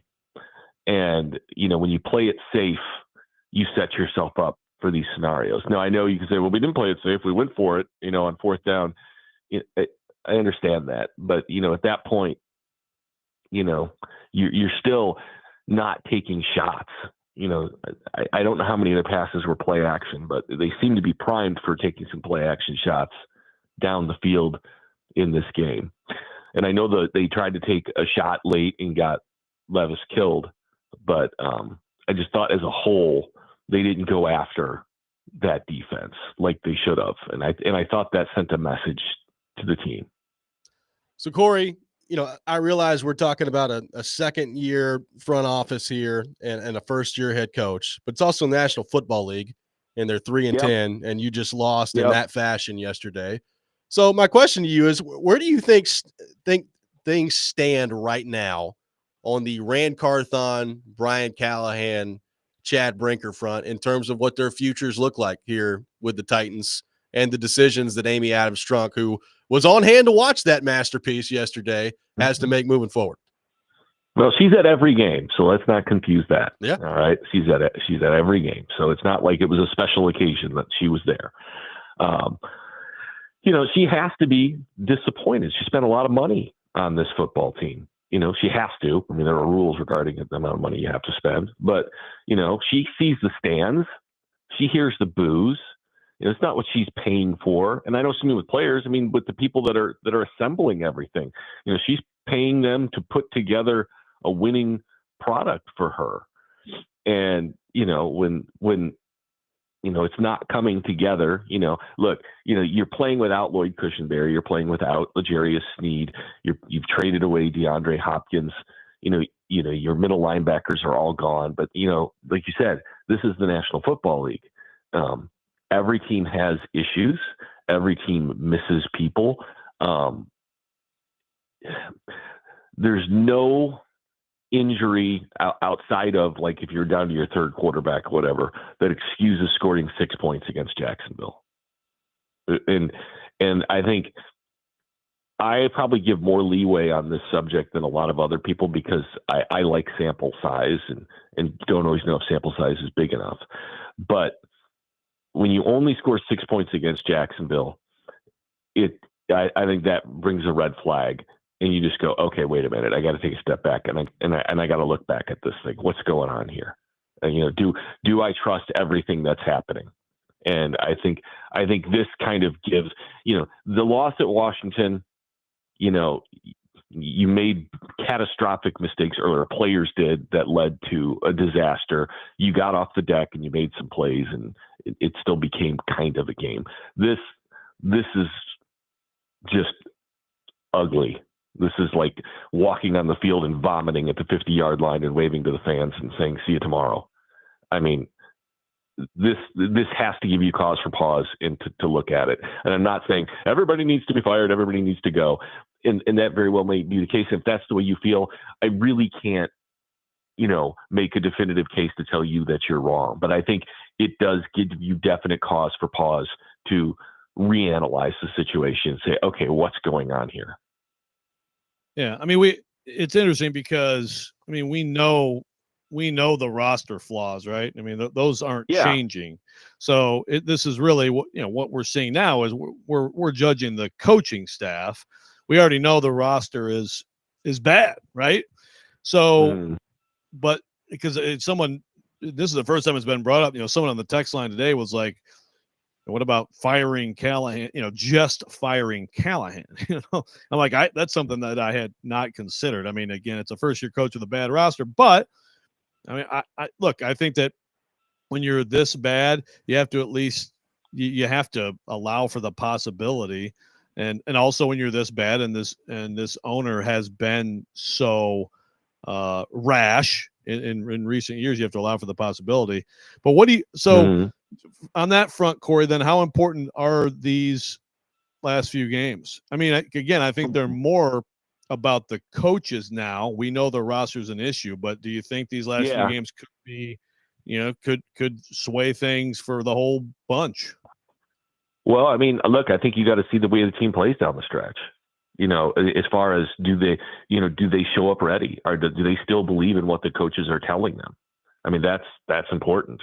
That's really important. I mean, I was actually down in the field yesterday. We had our photographer call in sick, and so I had to shoot the game. And which I haven't gotten to be on the sideline except for preseason games in a long time. And I tell you what, when I saw those faces coming out of the locker room at halftime, I was standing in the tunnel. I was like, that doesn't look like it was a great locker room at halftime.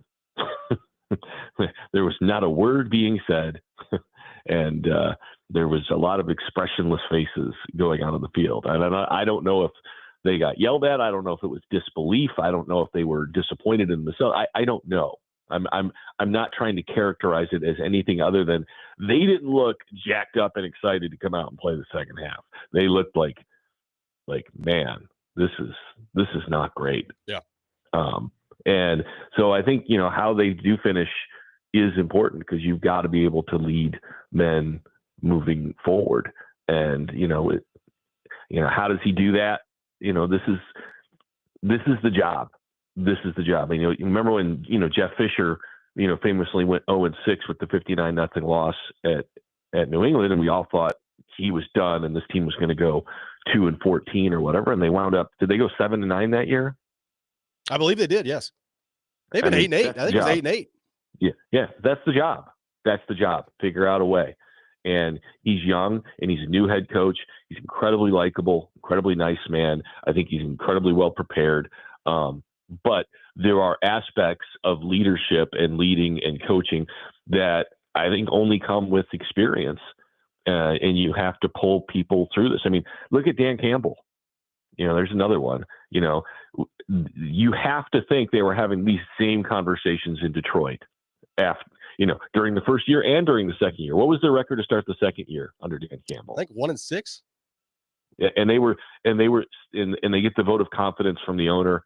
And that's, kind of when things turn. And I'm not saying Amy needs to give a vote of confidence, but I'm just saying they analyzed their situation and were still adamant that they had the right people there, that they just had to get the right players, and they had to, just turn that corner. They were adamant, and they were right.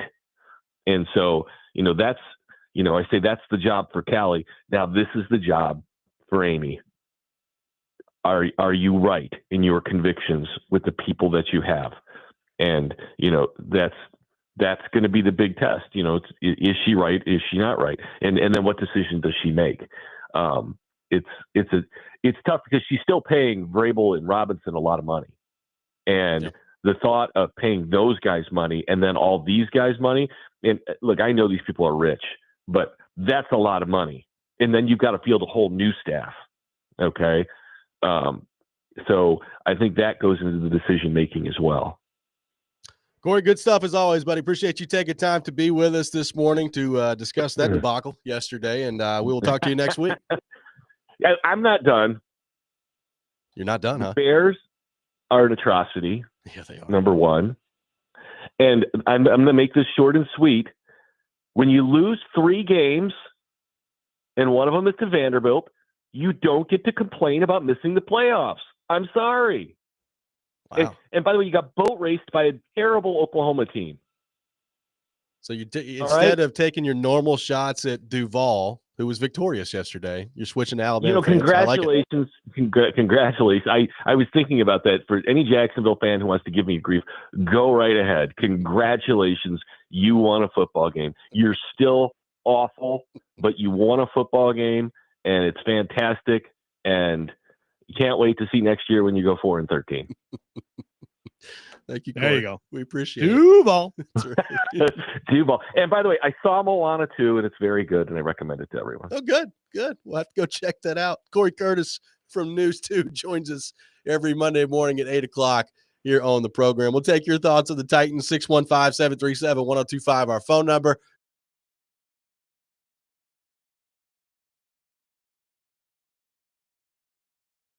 Coming up next, Robby and Rexrode, 1025, 1063, The Game.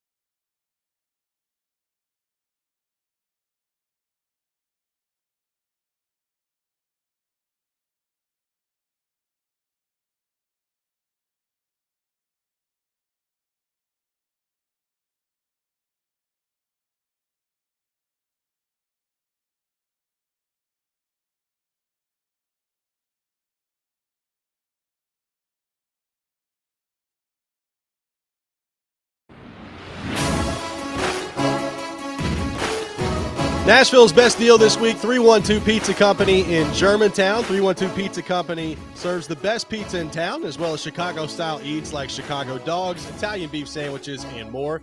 Check them out at 371 Monroe Street in Germantown, or order takeout online at 312 Pizza Company or 312pizzacode.com. Head to theGameNashville.com/deals to get half off a $30 gift card to 312 Pizza Company while supplies last. Titans fall 10-6 to Jacksonville yesterday. Taking your thoughts on that, 615-737-1025. So, Joe, they're 3-10. They've lost to the Bears, who have fired their head coach, the Jets, who have fired their head coach, and now Jacksonville, who I think we all expect to fire their head coach at the end of the year. You're 3-10.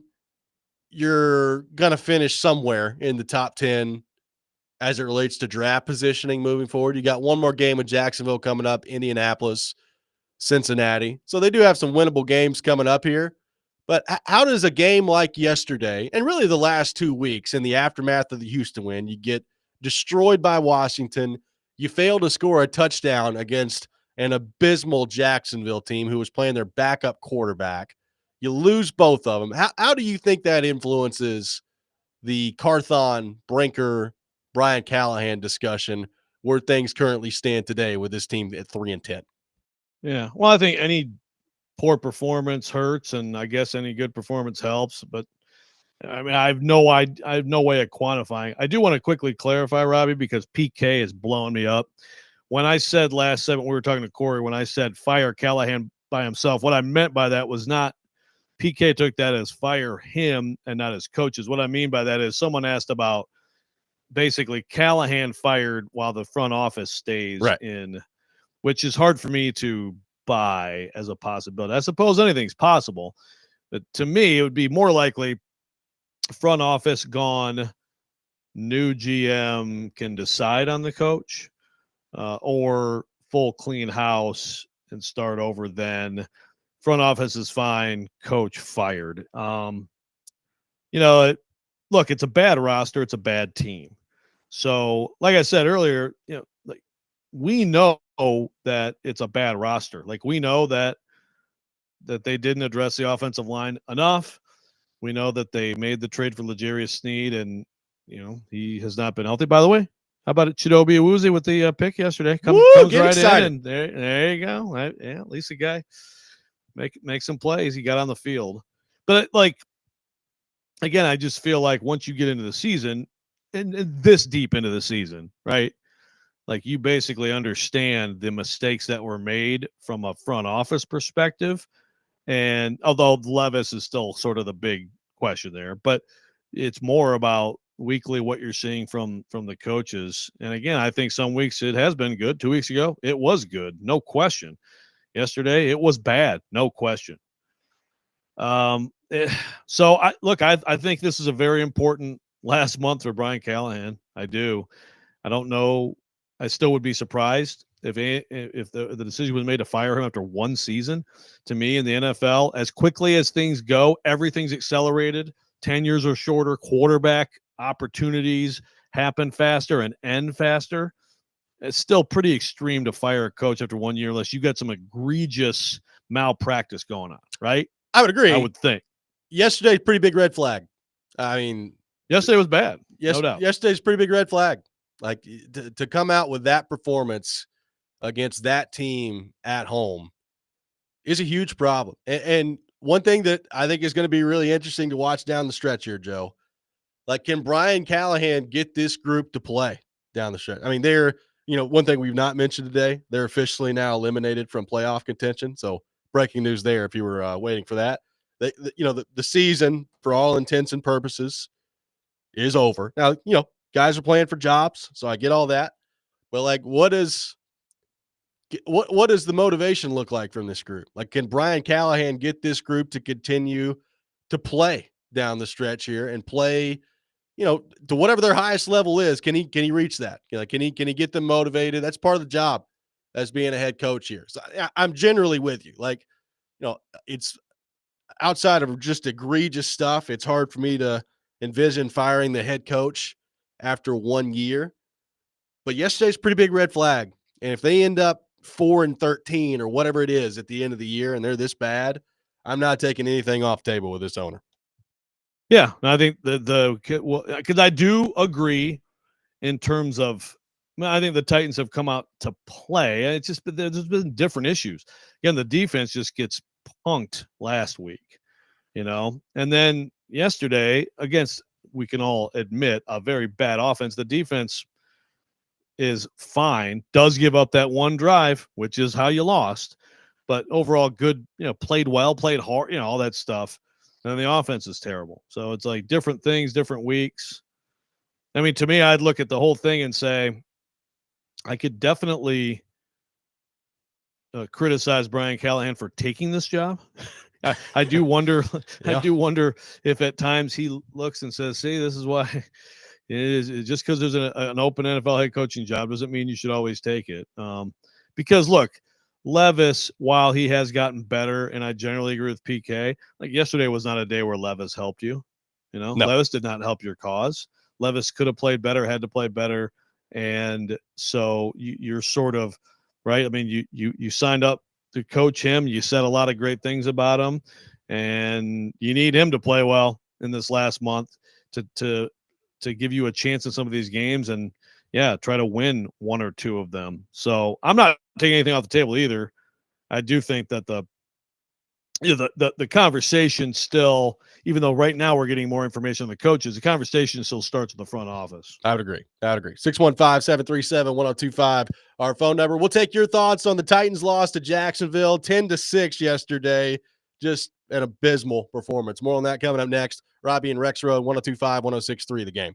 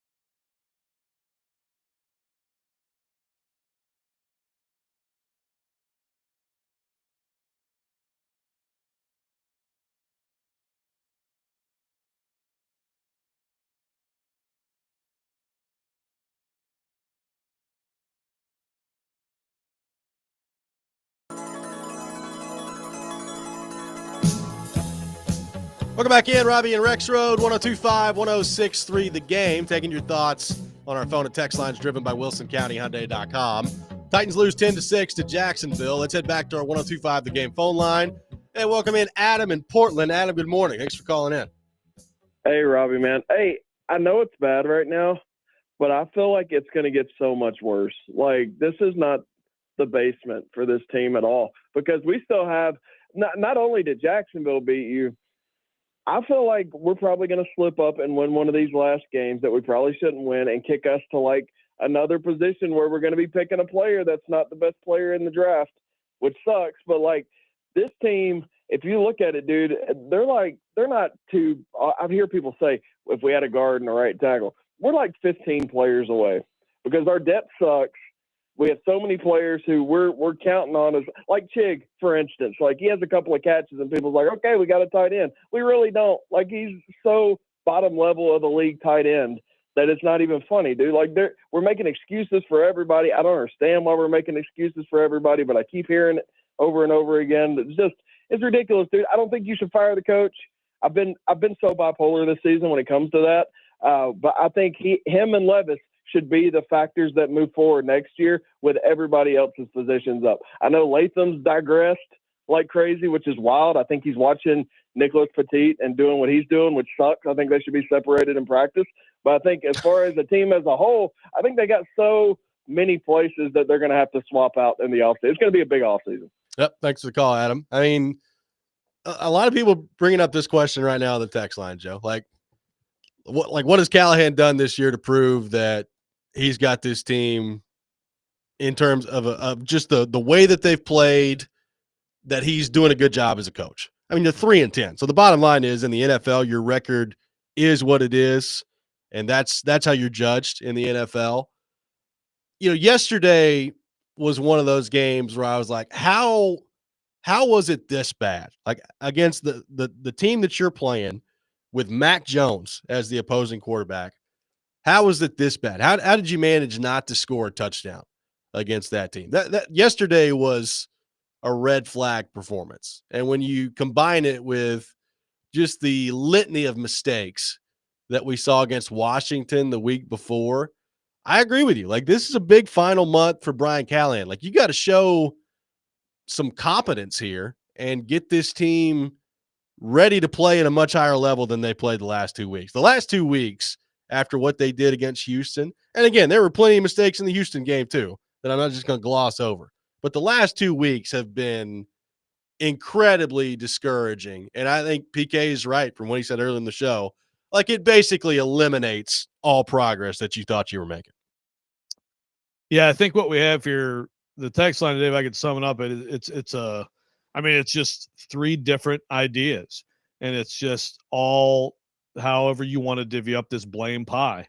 The 3 most important aspects of an organization, right? Your GM, your coach, your quarterback. Yep. Like yesterday, we would not be giddy with praise, okay? But it would still be a different discussion if Levis made a couple throws, right? That just are there, especially the Chig one. But yep. Levis could have saved a lot of this yesterday by making a couple plays that you have to make as a quarterback.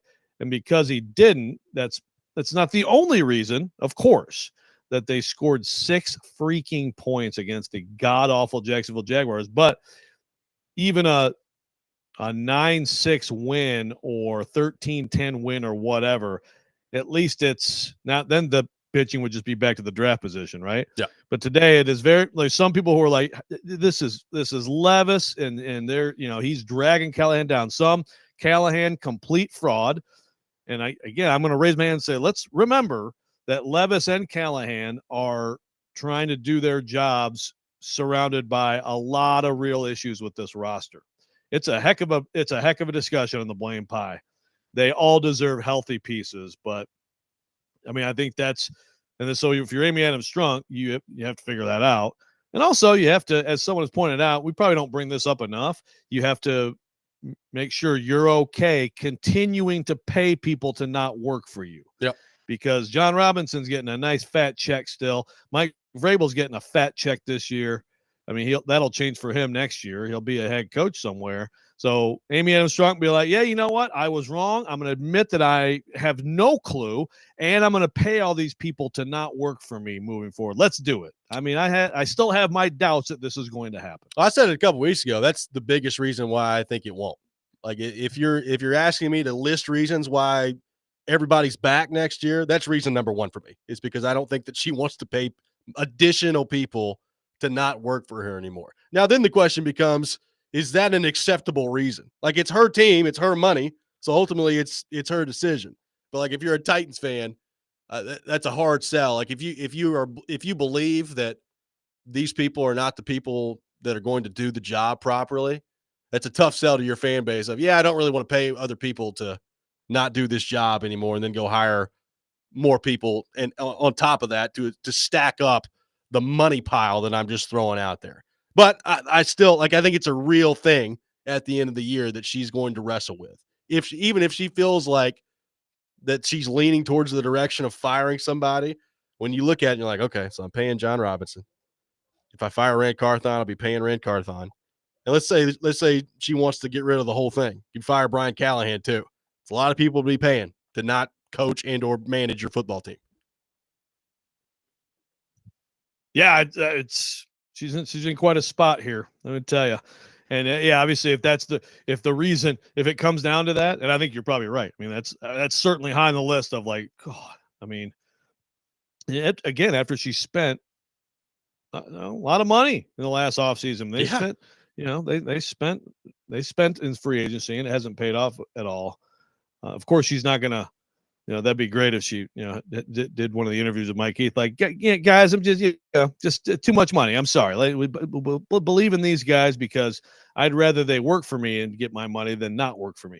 I don't think there's going to be any comment from her at all on anything, unless there are changes, I guess, and then we can hear about how things are looking up for the Titans. I mean, it's a bad spot for sure. And again, it's just like to me, there's just information we don't have. It is the information she has about what's going on a daily basis. You can have a bad product in this league. It's a hard league to win in. You can have a bad product in this league and believe in what you're doing and be doing a lot of right things. And you can have this product and you can be completely incompetent. So what does she think about these people she's paying right now? Yeah, it's a great question. Let's head back to our 102.5 The Game phone line. Welcome in Crazy Billy to the program. Billy, good morning. Thanks for calling in. Hey, guys, I noticed something. I wasn't at the game for good reason, but I did watch the game, and I noticed that Will Levis seems to be quite of a hothead, and he's airing these balls. They're high, and then you see him come to the sideline and just chuck his helmet at the bench, and I'm like, are you kidding me? That arrogance, that hothead, I really don't know what to say about that. But I do have this good point. If Amy would increase her PSL prices, like maybe to $25,000 or $30,000, that we'd be able to cover all these unpaid debts that are out there. Hey, by the way, go Titans. Thank you, Billy. Appreciate it. Now, I don't think like Levis made some habit yesterday coming over there and chucking his helmet, Joe. He did after the last drive. I mean, they had 4 consecutive incomplete passes, and the game was over, and he came back over there, and he did chuck the helmet towards the bench after that. That was really the only time I saw him do that, though. Well, then this is like, so, okay, well, a couple weeks ago, I got somebody saying, look at this still shot of him smiling on the sideline. Like, what do you want? I mean, he should have chucked his helmet. Like, I would rather see people be ticked off about losing than, the other way around. But, yeah, he's emotional. He can be emotional. But I think yesterday the issue was he just didn't execute well enough, and sometimes that was receivers covered. Sometimes that was bad offensive line play, which is a consistent issue with this team. You could fire anyone. You'd fire, some offensive linemen, which will happen. But, Levis wasn't very – Levis, I don't think it was like a big step back, but it definitely was not a continuation of the progress that we talked about last week. Can you go out against a bad pass defense and and have a big game, and he didn't. Yeah, I mean, it's definitely. I mean, it's a step back. Like, it wasn't like there was some brutal turnover that he had yesterday. But I mean, 6 points against Jacksonville. I mean, that's on everybody that has anything to do with the offensive side of the football yesterday. 615-737-1025, our phone number. Final thoughts on the Titans loss to Jacksonville 10-6 at Nissan Stadium yesterday. We'll take more of those next. Robby and Rexrode, 1025, 1063 The Game.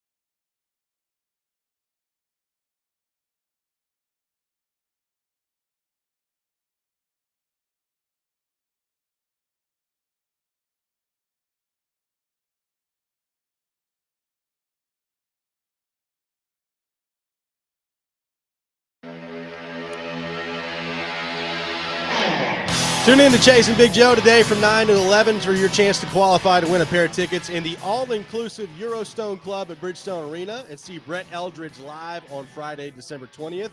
The Brett Eldridge ticket contest supplied by Green Trees, a family-owned cannabis company. Check them out online at greentrees.com. Last call for questions on our text line for the Robby and Rexrode program for today. Joe, let's go rapid fire here on the text line to close things out. Got a lot going. Robert on the text line. It is flowing. Robert says, so based on what Joe is saying, I'm hearing Rand needs to be fired. That's what it sounds like to me. Second year into building a roster, and it's progressively gotten worse. Joe, your thoughts? Yeah, I'm not saying Rand needs to be fired, but what I am saying, I mean, if someone needs to be fired, like, to me, I don't see how you start. Well, look, I say this, I don't see how you start with the coach. Again, if you believe that actually this roster isn't that bad, but the coaching has created a 3-10 team where there's actually let's be realistic here. I don't know, a 6-6 team. I don't know how good you could imagine this roster to be. But if you believe that the coaching is the issue, okay. I look at this and I see a bad team, and I see a not very good off season last year.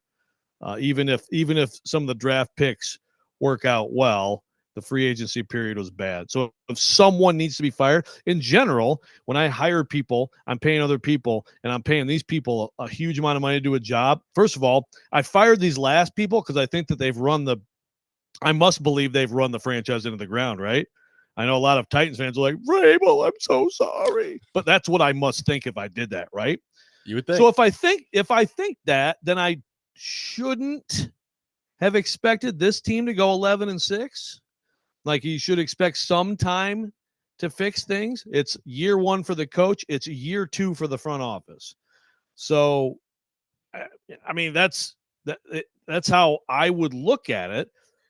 But yeah, if someone needs to go, then I would think it would be the front office first. Maybe it's everybody. Then you have the different timelines of now. Are you going to make the new GM have Callahan? I would not do that, but it's all very early. It's just been so bad that, look, I don't think it's unfair to discuss it. It's also like you almost create these realities where it's like, well, how could they not be firing someone?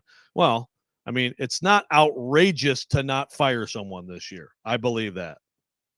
I got a couple texts talking about how if Amy's even thinking about firing either the front office or the coaching staff and the money's holding her up, then that's a huge problem, and that they need to get another coaching staff, another front office in place by the time the stadium comes around. Trevor says, if I'm a coaching candidate, why would I want to come here seeing how little patience she has? If she were to fire the coach, I don't believe she will, though. This is from Trevor on the text line. Yeah. I mean, look, first of all, I totally agree with the idea of, like, that is so ridiculous. You got someone had the point, the public money and all that stuff for the new stadium, and now you're going to save your money, because you don't want to pay people. And I agree. That's ridiculous. If that's your only reasoning, you think these people are bad, you don't have faith in the jobs they're doing, but you're not going to fire them because you don't want because of money. It is ridiculous. Also, you can't fire the owner. I'm sorry, but that's pro sports ownership. The NFL owners also hold cities hostage, and then they move the teams. Go ask St. Louis people about Stan Kroenke. Okay, so it's the unfortunate reality of pro sports. What was the other one? It was just talking about the idea of, like, if Amy is of the opinion that these guys can't do the job and the money is the one thing holding her back from making the decision to fire them, that's a bad spot to be in as an owner. Exactly. Yeah. I mean, and I have no idea. She may be privately like, you people just don't understand. Just wait. The plan is, it's taking a little longer, but it's going to come together, come to fruition. It's going to be fantastic. You'll see. Or she may be saying, oh my God, what have I done? I don't know. Let's head back to our 102.5 The Game phone line. Welcome in T-Dog to the program. T-Dog, good morning. Thanks for calling in. Good morning, guys. Yeah, I think we just got to slow it down. I think we're in the issue in the place we are right now because we're so quick to the trigger. To be honest with you, like Rand, I think they've got some good pieces there. So how do you fire the GM? Amy's a billionaire, so I don't think money should be the reason you keep somebody if they need to be gone. But also, I just think right now you're a few pieces away and you start over again. Will just learned a new offense. In our reality, man, you just got to take your time. You got to get that line shored up. You can't draft somebody in line because that's just like throwing your paper in the wind and letting us see which way it's going to blow. I think you got to find some real good pieces, left tackle, right tackle, and then this team would look 100 times better next year. So I just think we got to slow down with all the firing. It's just too fast, too much. Thanks, guys. Thanks for the call, T-Dog. Problem is, hard to find those things. Hard to find. Well, first off, left tackle. I understand that Latham has struggled the last couple of games. In general, I still think Latham is and is going to be a good player for them. So I'm not necessarily worried about left tackle right now. There's no doubt they got to find a right tackle. The question is, how are you going to find that? Like, if it's not in the draft, it's going to be hard to find a right tackle this offseason. I mean, it's just hard to do in today's NFL. And I know people don't want to hear that and watch them go draft another tackle, but that's probably going to have to end up being the answer at some point. That was Trey calling there? T-Dog, that was a reasonable, level-headed call. Just understand, today is not the day to be level-headed.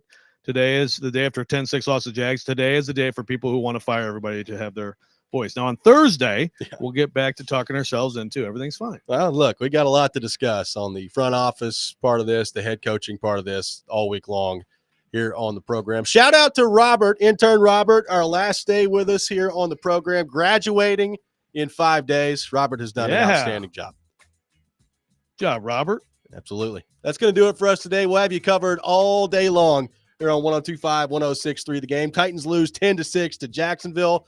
More coming up next on Chasing Big Joe here on 102.5, 106.3 The Game.